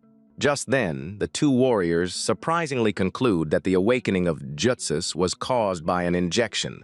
With that, the ally reveals that the spy network managed to trace the manufacturing of the syringe. At that exact instant, the Union's boss used the eyes of the city's birds to track the transport route. Thus, we discover that the shipments of venomous needles were taken straight to our school. However, the protagonist listens to the information while maintaining a calm and resolute stance toward the mission. Just then, the hero picks up a small wooden twig and begins carving the object with a pocket knife.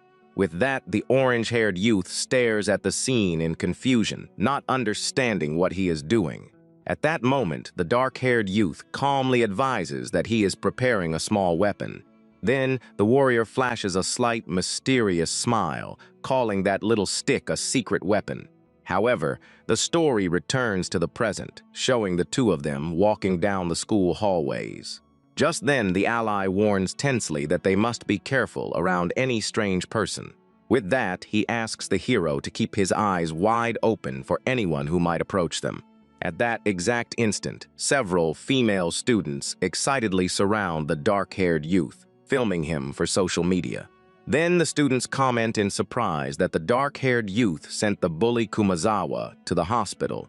But the hooded classmate gets terrified upon noticing that the entire school already knows about that trouble.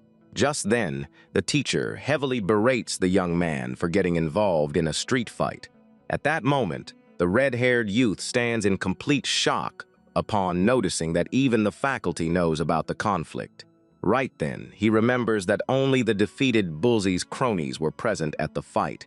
With that, the students keep gossiping, and the red-haired youth wonders who exactly spread the rumor.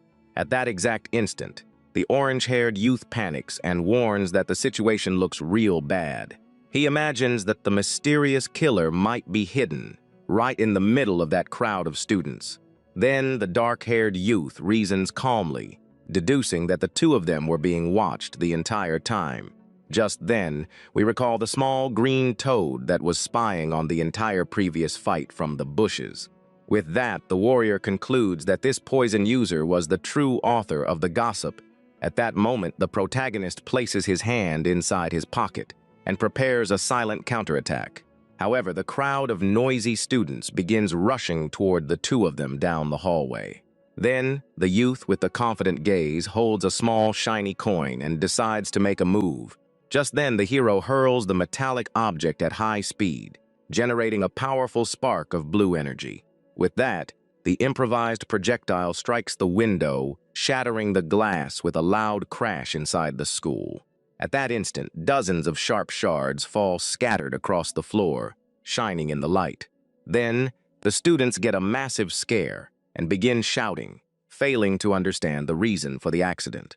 Just then, the crowd backs away in fear, staring at the sharp pieces of glass in the hallway.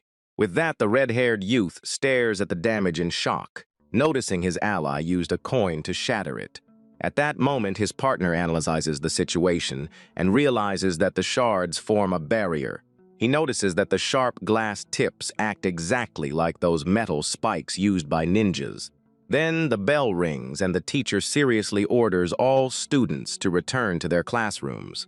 Just then, the woman leaves, mentioning she will call maintenance, and the girls say goodbye to the protagonist. With that, the red-haired youth notes that the barrier was only a temporary solution to keep the curious onlookers away. At that instant, the hero gives a confident smile and asserts that he has already unraveled the entire mystery. He guarantees with absolute certainty that he has finally discovered the user's true identity. Then the two warriors walk resolutely down the hallway, ready to launch their offensive. Just then, the scene displays the student guidance counseling office, where the teacher is preparing hot tea. With that, she calmly pours the boiling water over the cup, releasing steam into the air. At that moment, the young woman glares at her wristwatch, commenting that the boy is quite late. Then, the young, dark-haired youth enters the room silently and greets the teacher in a cold manner. Just then, she fakes sweetness and comments on his punishment, but the warrior tells her to drop the act. With that, the hero looks the teacher dead in the eye and addresses her directly as the poison user. At that instant, he asks if she honestly thought she wasn't being watched and reminds her of the glass. He explains that he took advantage of the distraction from the broken glass to launch a blind spot attack. Then, the protagonist reveals that at that exact instant of confusion, he attacked everyone in the hallway. Just then, the dark-haired youth mentions he used those tiny wooden needles he had carved in the park. With that, all the ordinary students were struck without even noticing, but the teacher evaded it effortlessly. At that moment, the youth highlights that she was the single person capable of dodging the needle. Therefore, the hero asserts that needles are the most basic hidden weapons of any warrior. Just then, the young man deduces she dodged out of fear of the poison, and that no normal human would do that. With that, we discover that the brilliant mind behind the serial killings is precisely her. At that instant, the villainess lets out a bizarre and terrifying laugh, admitting she has been found out. Then, the protagonist grabs his sharp pen and seriously warns that he is going to eliminate the threat. Just then, the enemy stretches and comments that she no longer needs to keep using the disguise. With that, she rips her clothes away, displaying a pair of black scorpion tattoos on her skin. At that exact instant, the dark-haired youth focuses his gaze upon noticing the famous forbidden mark of criminals. Then the assassin hurls her fake hair into the air, and her body begins to undergo a mutation. Just then, her bones pop in a frightening manner, revealing that rival's true stature. With that, the warrior realizes that she was utilizing a complex transformation technique. At that moment, the hero raises his guard against the contorted assassin, who reveals her true intention. At that moment, the young man focuses his eyes and instantly realizes that this opponent is an experienced warrior. Just then, the rival reveals his true identity, claiming to be the dangerous ninja agent Mogai. With that, the opponent mocks the young man, commenting that he thought his disguise was flawless. At that instant, the villain begins to contort himself in an extremely bizarre manner, making strange sounds. Then, the bizarre ninja charges with total speed across the office floor, letting out a frustrated shout. However, the hero begins to refine his golden mystical energy around his neck to protect himself. Just then, the two warriors begin exchanging rapid blows in an incredible sequence of dodges. With that, the protagonist ducks with extreme mastery, evading a lethal strike from his rival. At that moment, the opponent grabs a massive syringe filled with venomous liquid to inject him. Then the two clash their weapons, generating a massive physical impact right in the middle of the office. But the bizarre villain opens his mouth and uses his toad's tongue to fire off a surprise attack. Just then, the hero performs an unbelievable acrobatic maneuver in midair, managing to escape the dangerous attack. With that, the young man analyzes his enemy's movements and notes that his fighting style is irregular. At that instant, the youth concentrates to the absolute maximum, understanding that a single scratch could prove fatal. Then, the killer snaps his tongue, quite irritated to see that the protagonist evaded his hit. Just then, the dark-haired youth uses his energized pen to shatter his adversary's dangerous syringe. With that, the red-eyed rival falls into complete panic upon seeing his vial destroyed. At that moment, the hero coldly advises that he noticed the danger and decided to break the object. Then, the scene displays the exact moment when the pen's tip pierced the medicine's glass. Just then, the killer deeply laments, weeping over the waste of that substance pooled on the floor. With that, the villain complains in a grumpy manner, saying that producing the mixture is hard work. At that exact instant, he coldly explains that normal human beings drop from a single dose. Thus, we discover that the monster needed to collect hundreds of test subjects to create the formula.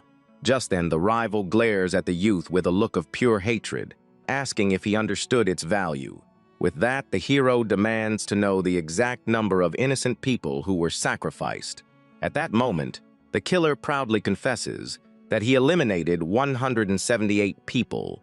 He brags he makes a point of memorizing every single one of the tests he performed. Then the protagonist falls into complete silence and a dark aura of fury envelops him. Just then, the dark-haired youth advances with total ferocity, ready to deliver a definitive strike on the monster. With that, the villain mentions the young red-haired girl's name, startling the young man and making him halt his hit. At that instant, the enemy flashes a sadistic smile, wondering if his neighbor is doing well. Then the hero widens his eyes in dread upon realizing that his opponent laid a trap.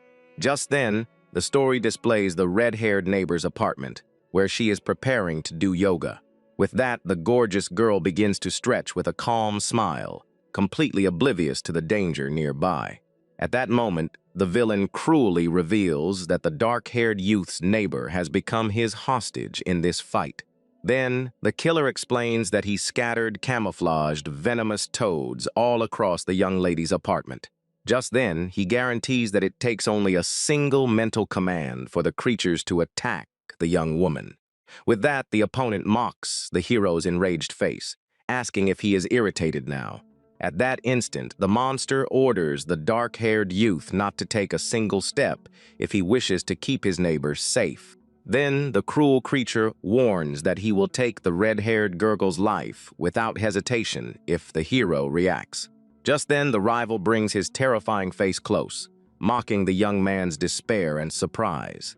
With that, the villainess contorts herself all over the floor, explaining that she used jutsus to conceal the toads.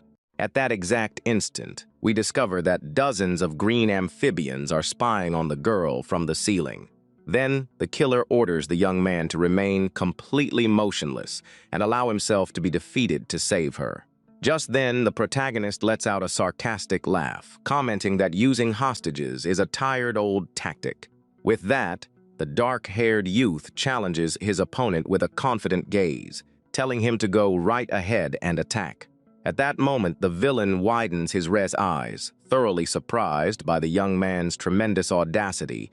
Then the creature grits its teeth in fury upon realizing that the dark-haired youth showed zero panic. Just then, the rival screams in irritation, believing that it is nothing but a bluff, and activates the command for the toads. With that, the enemy points his finger and furiously orders his creatures to attack the dark-haired youth instead. Just then, the terrible monster with the reddish gaze screams for his creatures to rip out his organs. With that, dozens of sharp red tongues charge in the young man's direction in a lethal strike. At that moment, the villain is startled to realize that the young man moved at high speed and vanished. Then, the enemy stands in disbelief, finding it impossible for the dark-haired youth to react with a hostage in danger. Just then, the hero strikes his rival with a violent punch that sends his mask flying far away. With that, the wounded monster begins to spit blood, and the protagonist glares at him in a serious manner. At that exact instant, the young man pierces his adversary's neck with his pen, causing heavy bleeding. But the rival's body suddenly detonates in a dense cloud of purple smoke that blankets the area. Then we see a small, injured, lifeless green toad lying on the blood-stained office floor. Just then, the dark-haired youth holds the dead amphibian, understanding that his opponent used a substitution trick. With that, the story explains that this ancient technique allows one to swap places with an object. At that moment, we learn that this trick serves as a true emergency escape route.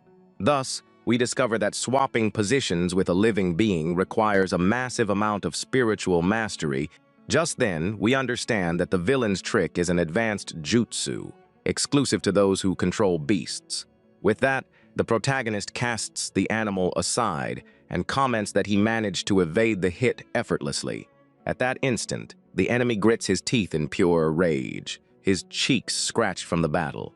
But the killer screams furiously from the ceiling, saying that the young man is heavily underestimating his abilities.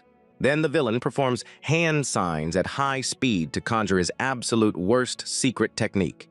Just then, the rival insanely orders his beasts to begin tearing the hero's neighbor to pieces.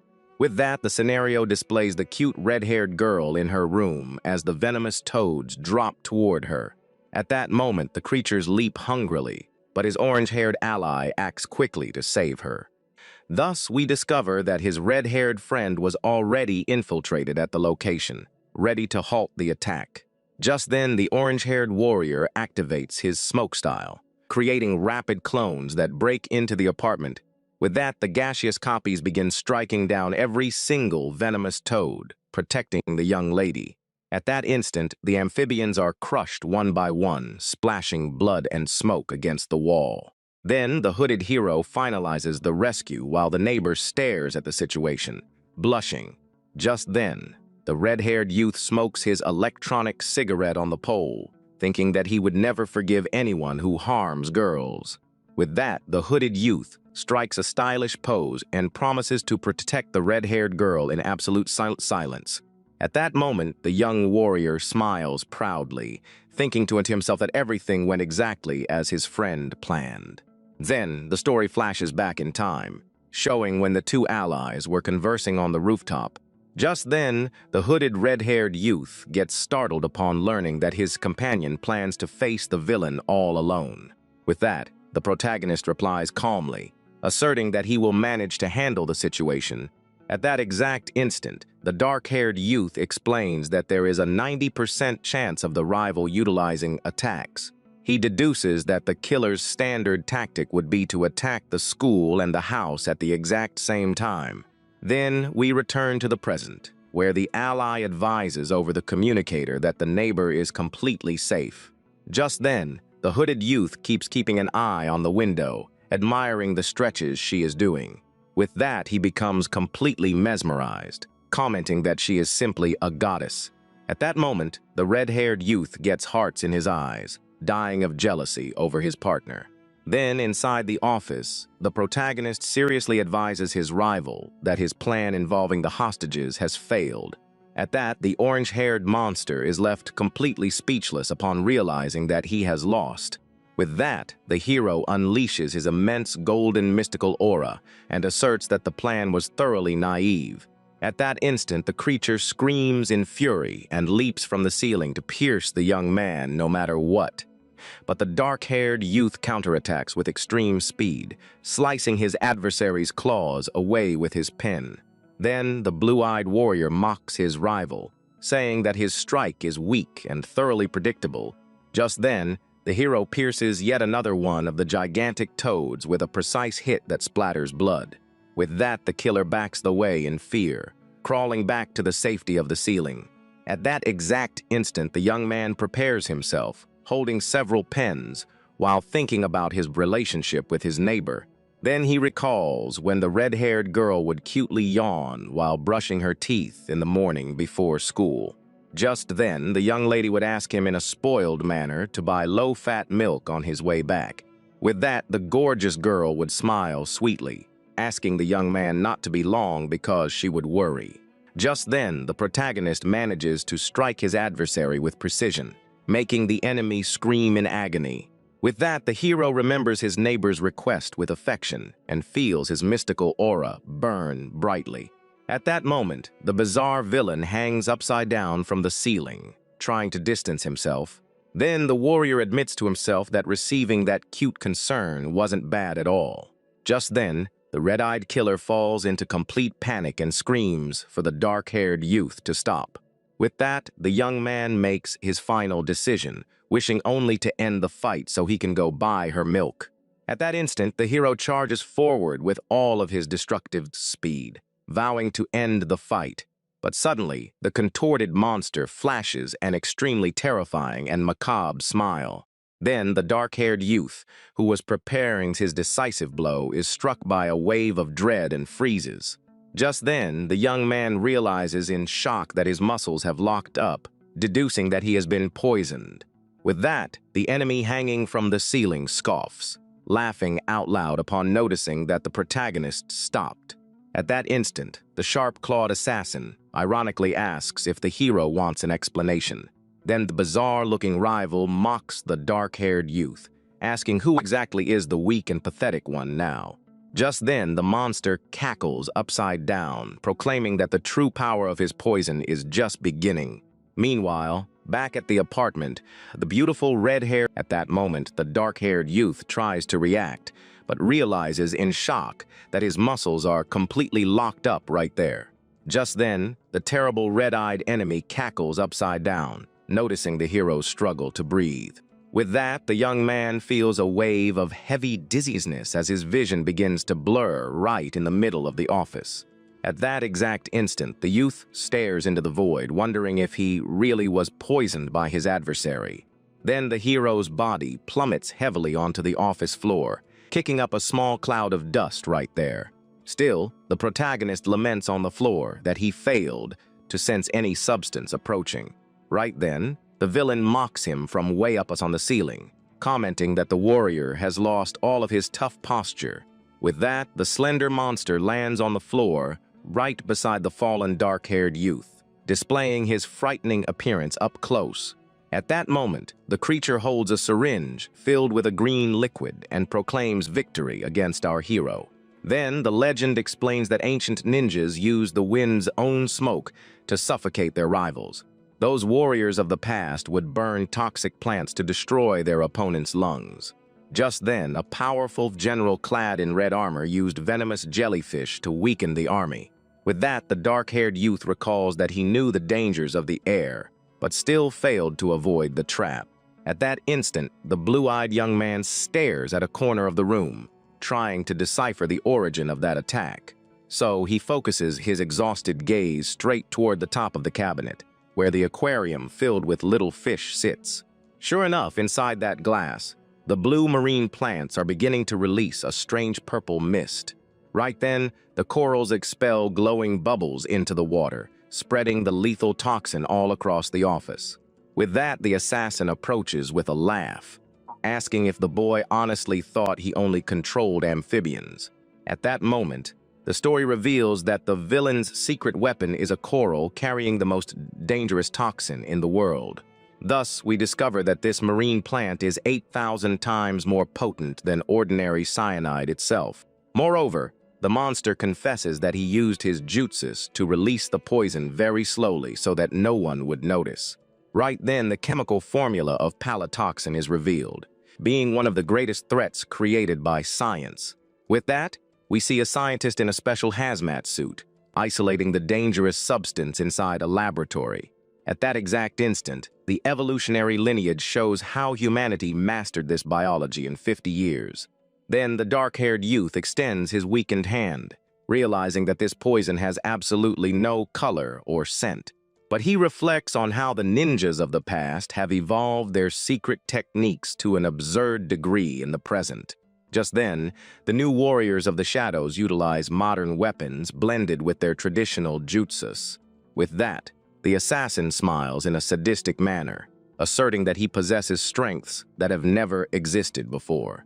At that moment, the opponent steps with his high heel right onto the hand of the hero, who remains fallen on the floor. Then the villain strikes a bizarre pose and mockingly asks if the young man cannot manage to move even a single finger. However, the protagonist swallows hard, mentally admitting that his rival's terrible analysis is correct. Right then, the dark-haired youth stares at the glowing syringe, knowing that if he is struck by it, it will be his definitive end. With that, the adversary warns him up close that the powerful hero will be the perfect test subject for his experiment. At that instant, the monster raises his arm with the syringe, preparing the fatal strike under the window light. Then the dark-haired youth widens his eyes upon realizing that the creature is about to do something totally unexpected. But instead of attacking the young man, the villain plunges the needle hard right into his very own neck there. Just then, the massive needle pierces the opponent's skin, injecting the entire mysterious compound straight into his veins. With that, the hero stares at the scene in absolute shock, failing to understand the reason why he did that right there. At that moment, the rival's neck begins to change color, and bright red veins cover his skin. Then, the young man spots his opponent, picking up an ancient mystical scroll with his energy-filled hand. However, the assassin unrolls the mystic scroll in midair, releasing a dark and exceptionally heavy aura into the office. Right then, the dark-haired youth recognizes that ancient object and begins to sweat in dread upon seeing the paper floating. With that, the enemy envelops himself in the mystical paper, saying he is going to test the secret book of poisons. At that instant, the hero grows desperate as he recalls the legend surrounding that ominous scroll. He remembers the legendary one-eyed warrior who utilized this exact same technique in the distant past. But the villain begins to perform hand signs while the object glows all around him with immense power. Just then, massive blue lightning bolts blanket the entire area, emanating an absurd amount of chakra from right there. With that, the sheet wraps itself around the adversary's arm, channeling all the electricity of that energy. At that moment, the opponent's body begins to undergo a bizarre mutation, taking on a monstrous shape. Then the villain's hand transforms into a destructive purple claw that glows with a mystical flame.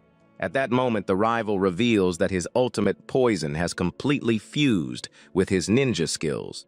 Right then, the creature flashes an eerie, hideous smile, placing full confidence in the immense power of the grimoire. With that, the opponent advances toward the fallen hero, who remains motionless on the floor, unable to move from right there.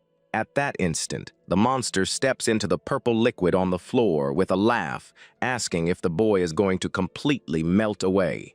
Then the villain's heel slams with extreme force into the acidic puddle, generating a massive splash of the substance. But the creature raises his hand, covered in toxic sludge, wondering to himself if his opponent will turn into nothing but a puddle. Right then, the villain leaps fiercely from the ceiling, wanting to see the young ninja's terrible final moment. With that, the assassin's 4 monstrous hands advance all at once, ready to crush the hero's head. At that moment, the creature collides with the dark-haired youth, restraining the young man with all the strength of his extra arms. Then the monster widens his red eyes in absolute panic upon noticing that the young man's body is boiling. But a massive explosion of hot steam throws the villain backward, saving the protagonist from that tight spot. Just then, the enemy is left totally perplexed and confused, failing to understand how the boy managed to react like that. With that, the dark-haired youth remains stretched out on the floor, while an immense amount of smoke radiates from his body. At that instant, the exhausted young man realizes that those centuries of ninja history have brought forth highly dangerous techniques. Then, the 4-armed villain stares at the scene, quite startled by his opponent's strange reaction. But the hero flashes a brief smile on the floor, commenting that not even he was aware of this kind of mystical technique. Right then, the monster rises back up, huffing, and wonders if their fallen mystical leader would have anything to say about that scene. With that, the dark-haired youth's mind visualizes the ancient warrior Nobunaga, smiling with absolute derision at the enemy. At that moment, the assassin stares at the corner of the room, shaking from the heat as he notices something bizarre in the environment.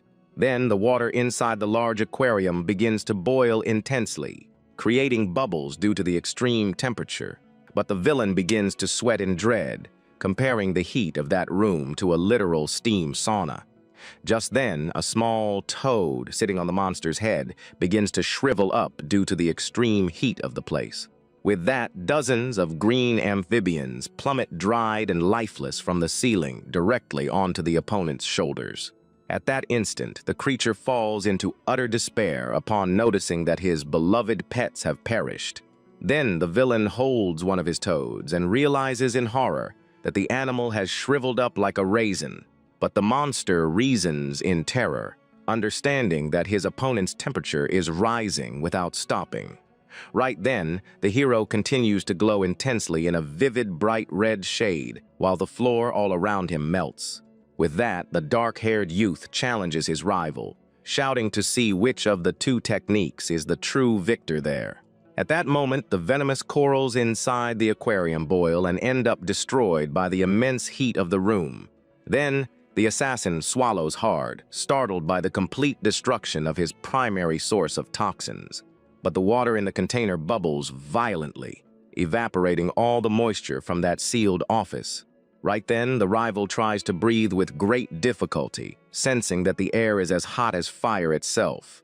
With that, the opponent leaps in a fury, asserting that the dark-haired youth's reaction is nothing but a useless effort. At that instant, the red-eyed monster is shocked to realize that the boy has completely vanished from his sight. Then, the villain looks in every direction in absolute panic, finding it impossible for the young man to have left that spot so quickly. But the hero reappears standing right behind his rival, emanating a powerful blue aura of pure mystical energy. Just then, the assassin falls to his knees on the floor, trembling, staring at the dark-haired youth with a look of complete dread and astonishment. With that, the youth with the glowing blue eyes glares fixedly at the monster from above with an imposing stance. At that moment, the opponent realizes in horror that the boy managed to completely burn all the poison out of his body. Then, the story explains how the dark-haired youth managed to vibrate every single one of his muscles to save himself from the toxin. The young man used his perfect energy control to activate his organism's most basic defense mechanism.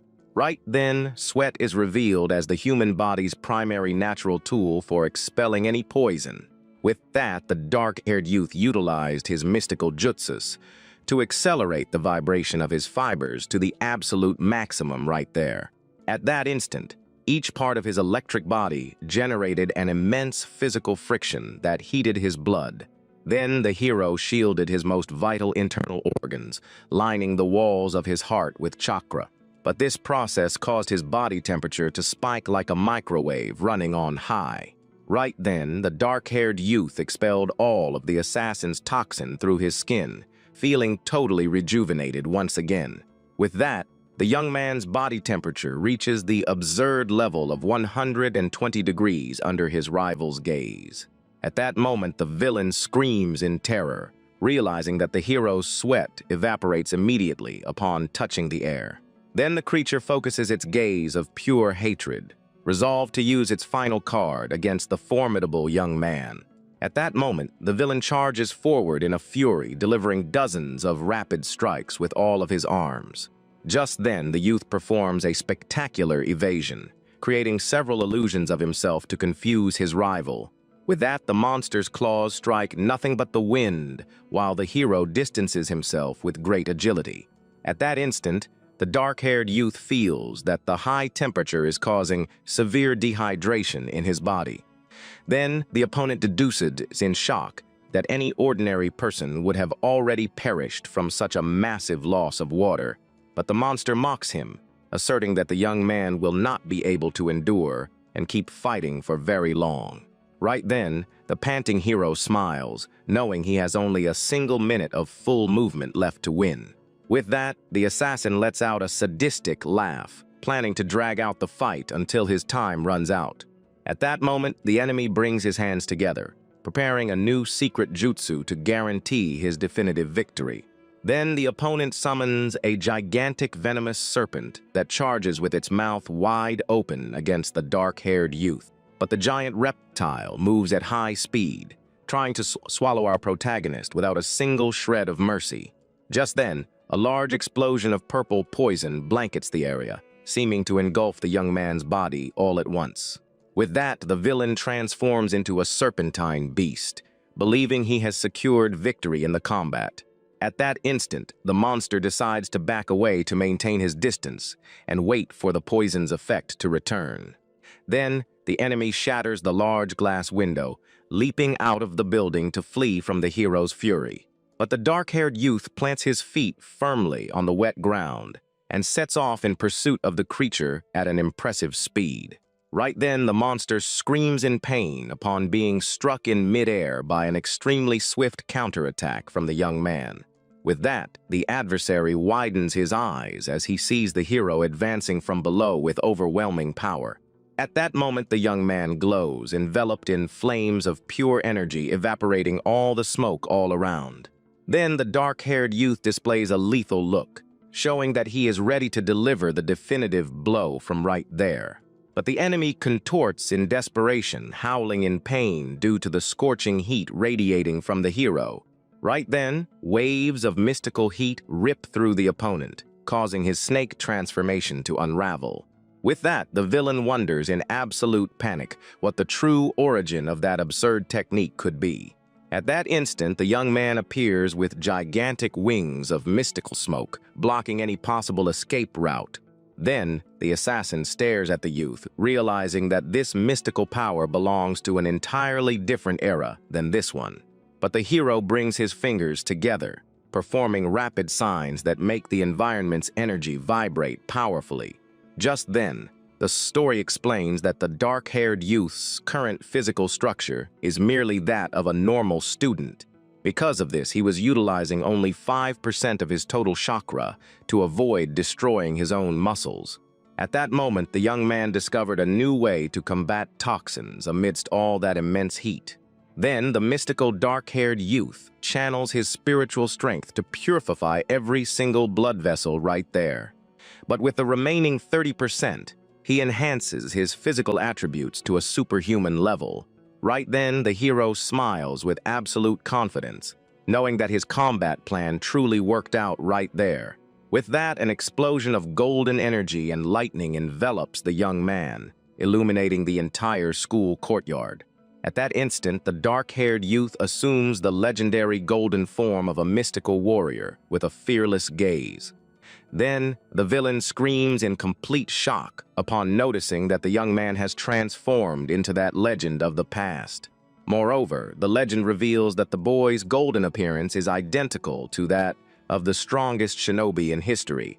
Right then, the hero descends from the heavens like a true mystical thunderbolt, generating a massive spiritual pressure. With that, the warrior advances like a golden flash, utterly impossible for his rival to track with the naked eye. At that instant, the monster tries to defend himself, but is completely overwhelmed by the destructive brilliance from right there. Then, the young man delivers a devastating mystical strike that hits the villain's chest, sending purple liquid splashing. However, the adversary is hurled with extreme force through the air, feeling that his energy has been totally depleted. Right then, the enemy begins to spit dark smoke while falling defeated toward the school ground. With that, the assassin's disfigured body plummets from above, falling with absolutely no strength left to continue. At that moment, the villain crashes heavily against the asphalt, kicking up dust and fragments of stone. Then the legendary hero lands in an imposing manner right beside the fallen monster, who merely groans in pain. But the blonde young man with the glowing eyes confirms his true identity, leaving his opponent completely frozen.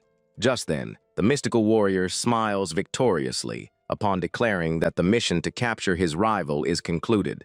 With that, the villain's deactivated body rolls across the school courtyard, totally defeated by the power of gold. At that instant, the legendary young man with the blonde hair stares at his defeated opponent with a firm and calm look. Then the hero walks back into the shadows, knowing that he has fulfilled his duty and brought peace to the city. At that moment, the defeated villain on the ground admits that the young man's power is formidable, but says his time has run out. Right then, the opponent grits his teeth and mockingly warns that the mystical hero ended up arriving far too late right there. With that, the monster flashes a sneering smile, saying that his work of spreading chaos has been completed. At that instant, the creature asserts that the entire country will soon completely collapse into chaos. Then the assassin widens his red eyes and says goodbye, telling the dark-haired youth to go to hell once and for all. But the monster's mouth glows in a strange manner, revealing that he possesses a mystical pill right within his teeth.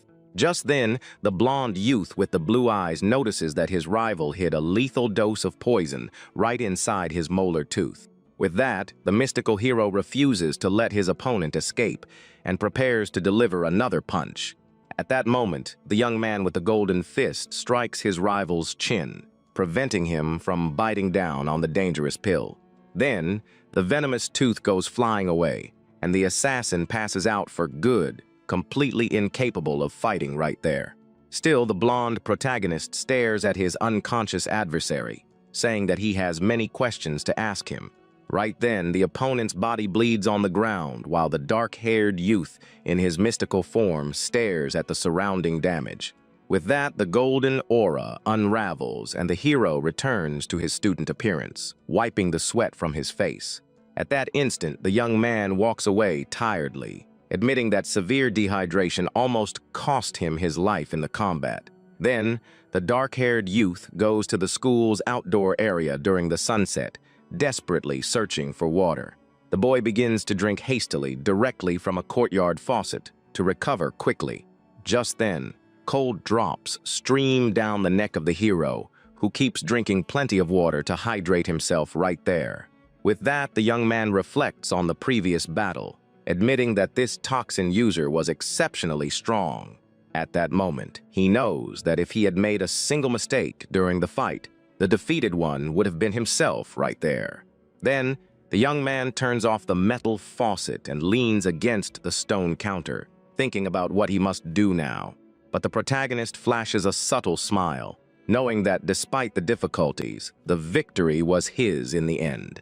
Right then, the dark-haired youth feels relieved after drinking the fresh water and recovers all of his energy for the mission. With that, the scene stares at the dusk while a telephone call requires a secret ninja password. At that instant, the young man answers with the code over his phone, and the union's central office requests that he state his business. Then the hero advises that he managed to capture the Toad Killer alive and reveals his exact location. However, the dark-haired youth hangs up the phone and stands waiting for the team's backup to arrive to collect the prisoner. Just then the boy hears a loud noise of exploding earth right behind him and spins around, startled in the courtyard. With that, a massive ninja clad in golden armor emerges, digging through the school's asphalt as backup from the Union. At that moment, the armored giant approaches the dark-haired youth, commenting that the target was indeed taken alive. Then the Grand Warrior gathers the unconscious rival, while the young man thanks the team for their help from right there. But the armored ally pulls out a small green tube and unscrews the cap with his hands in a highly careful manner. Right then, the giant points the object toward the prisoner, advising that he is going to use a gas to put him to sleep. With that, the sleeping gas is sprayed directly onto the fallen villain's face, guaranteeing that he will not wake up anytime soon. At that instant, the Grand Warrior seals his mystical vial, leaving his opponent totally defenseless. Then, the mystical giant advises that the team will handle the entire interrogation of their rival inside headquarters. Meanwhile, the dark-haired youth reflects in silence that the ninja group possesses various specialists across diverse fields. Just then, the story displays the secret transport team, which is professional at smuggling classified cargo. With that, another cleanup crew scales the school wall to erase every single trace of destruction. At that moment, the assistants dressed in black repair the broken glass window, cleaning up all the mess from right there.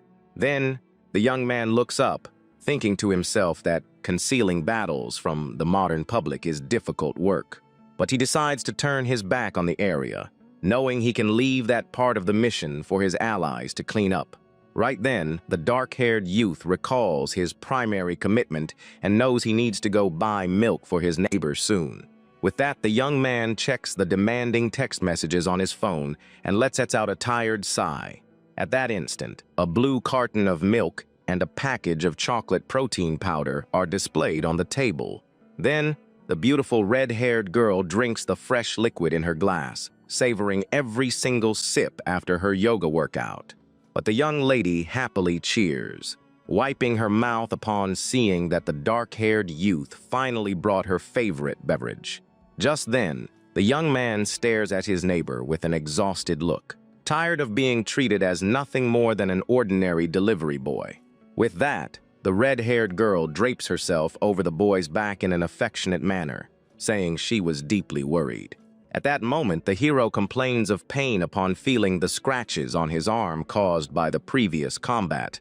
Then, the beautiful young lady with the red eyes stares closely at the dark-haired youth's face with a gaze full of mystery and sweetness.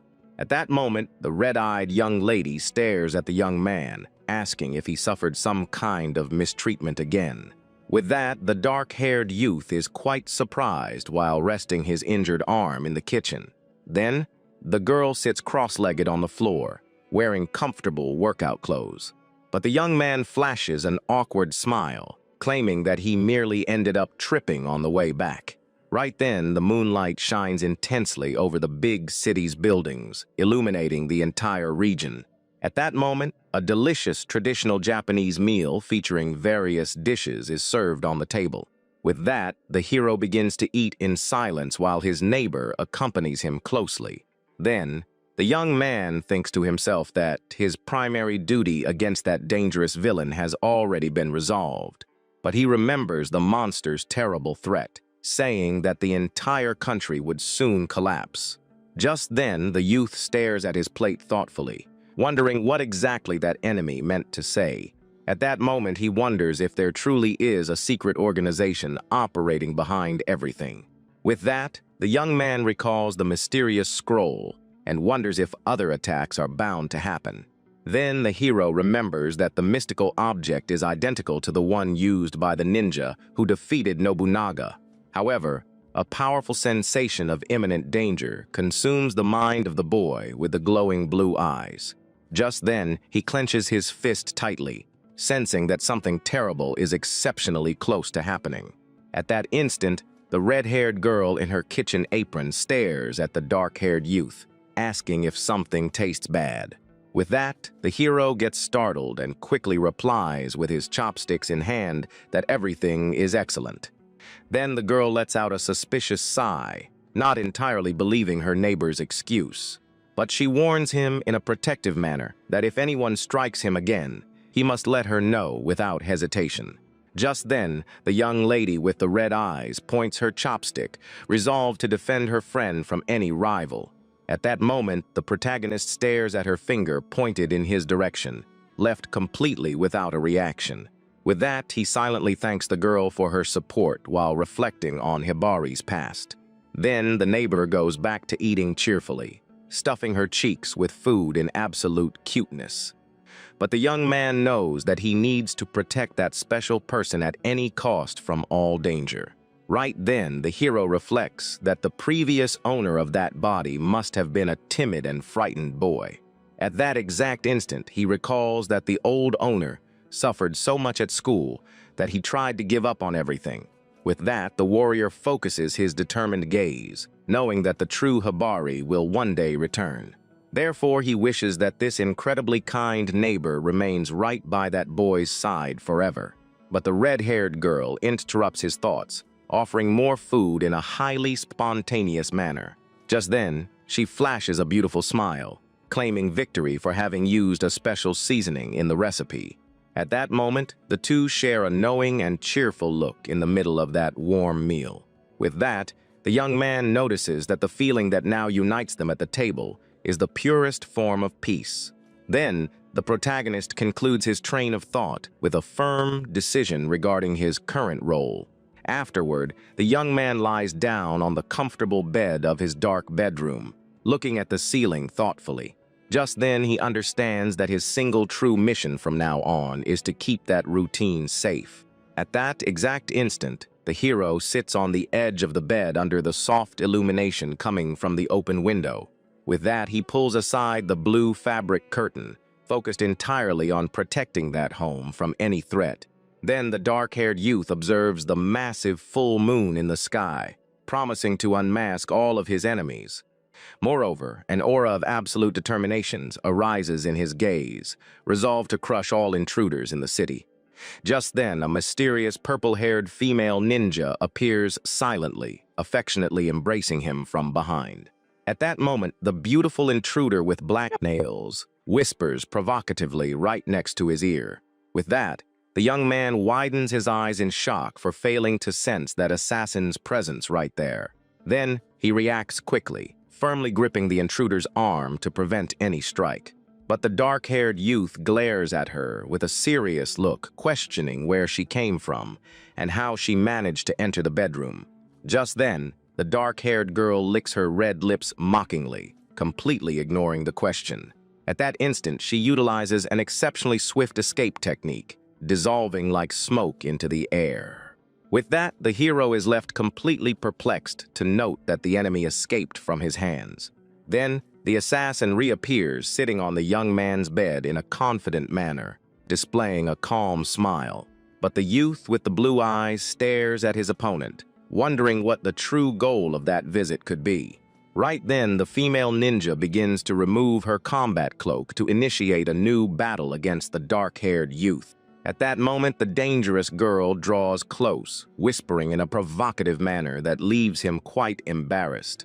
With that, a young man with red hair emerges from the middle of the smoke, revealing that she is a ninja too. Then, the hooded ally advises that he came to fetch the young lady because of a highly urgent summon. He reveals that the prisoner of the shadows has finally decided to speak about the entire truth of that mission. Just then, the dark-haired youth stands completely shocked, realizing that he will finally have the answers he sought so desperately. At that exact instant, the group walks toward the warrior's massive secret Union base under the moonlight. With that, the red-haired youth questions his female companion's presence, and she merely replies that she was bored. Then, a little white-haired girl with a small mouse on her head appears, welcoming the group. But the two combatants bow in a sign of deep respect upon seeing the important leader right before them. Just then, the protagonist stares at the small animal on the young girl's head, left rather confused by that scene. At that moment, the leader guides everyone down the dark corridor, passing through the heavy iron bars right there.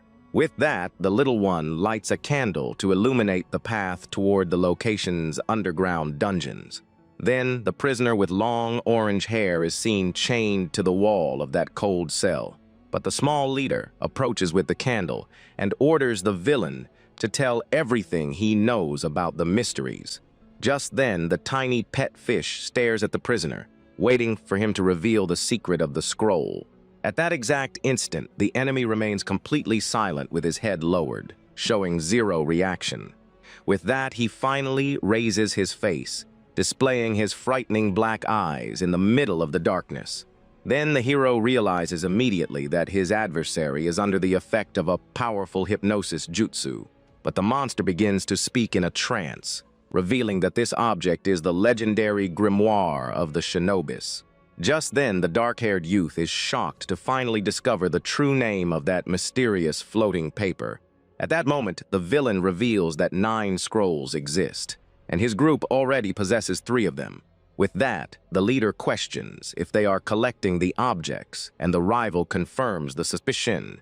Then, the protagonist requests permission to ask questions, but the girl advises him to act with care. However, the dark-haired youth ignores the danger and asks who the secret organization commanding all those attacks is. Just then, the hero questions what the group's true objective is, and if the man in the one-eyed mask belongs to them. At that exact instant, the prisoner's countenance shifts drastically upon hearing the young warrior's questions. With that, the young man stares closely at the enemy, waiting anxiously for the revelation of that leader's name. Then, the villain begins to groan in pain while his body suffers due to a terrible mystical seal inside his mind. But he lets out a deafening shriek of agony, pulling at the chains with all of his physical strength from right there. Just then, the hooded red-haired youth backs away, quite startled upon noticing that his opponent is thrashing intensely. At that moment, the leader advises that one of the dark-haired youth's questions triggered a dangerous security lock. With that, the allies look on in surprise, failing to understand the gravity of that terrible situation in the dungeon.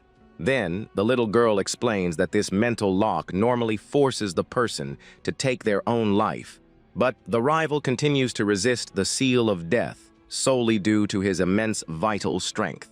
Just then, the small leader stares at the dark-haired youth, highly impressed by the boy's power in the previous battle. At that exact instant, she comments that it is incredible for the young man to have defeated such a resilient and dangerous opponent.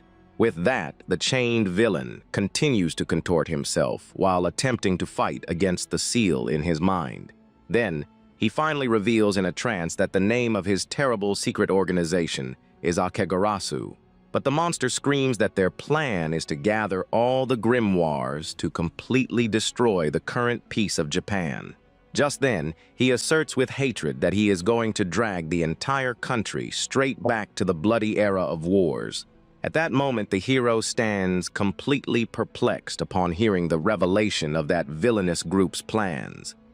With that, the earth begins to shake violently, startling all the ninjas inside that dungeon. Then, the purple-haired girl falls into despair, failing to understand what is happening inside the headquarters. But a massive explosion strikes the location, destroying the stone walls and spreading fire through everything. Just then, the youth with the blue eyes senses the danger and enters a state of maximum alert with a surprise attack. At that instant, the young man screams for everyone to flee immediately before the ceiling collapses over them. With that, the group runs desperately down the corridor, attempting to escape the collapsing stones. Then the hero's mind recalls the villain's words about bringing back that terrible era of wars. But he realizes that the prisoner only answered the questions because that terrible lock was triggered. Just then, the dark-haired youth understands in shock that the explosion was caused by the seal protecting the leader's identity.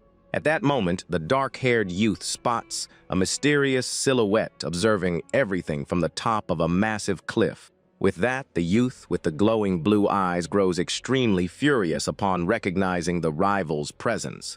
Then he recalls an ancient warrior of the past who possessed that exact same prominent mark in his life. But the terrible masked villain stares at the horizon from high above, displaying a highly imposing stance. Just then, the protagonist grinds his teeth in deep hatred upon realizing that he has finally found his despised rival. At that exact instant, the group of enemies from the shadows emerges from high above, revealing that they belong to the dangerous organization. With that, the man in the one-eyed mask declares that he came to rescue his ally who was held inside the cell. Then the hero's allies begin to break into a cold sweat upon noticing that every single opponent there is far too strong. But the invading group emanates an exceptionally heavy purple aura, looking like true monsters from another dimension. Just then, the red-haired warrior yells out in irritation, knowing that those villains were hidden this entire time. At that moment, the flames consume the base, revealing their malicious plan to bring back the era of wars. With that, the hooded youth is left unable to understand the true reason why they wish to destroy that nation's peace. Then a massive explosion hurls stones in every direction, forcing the allies to retreat in a hurry. But the dark-haired youth advances at an absurd speed, delivering a devastating kick against the masked force of evil. Just then, the allies shout in surprise upon seeing the young man attacking the terrible enemy without a single second thought. At that instant, the protagonist releases his blue energy, vowing to defeat the despised masked figure right then and there. With that, the mystical warrior lets out a powerful battle cry, focused solely on his personal vengeance. Then, the muscular opponent remains completely calm with his arms crossed, awaiting the blow. But the one-eyed villain moves rapidly, gathering a dark energy inside his combat claws. Just then, the terrible red eye of his mask glows with intensity, revealing an immense dark power.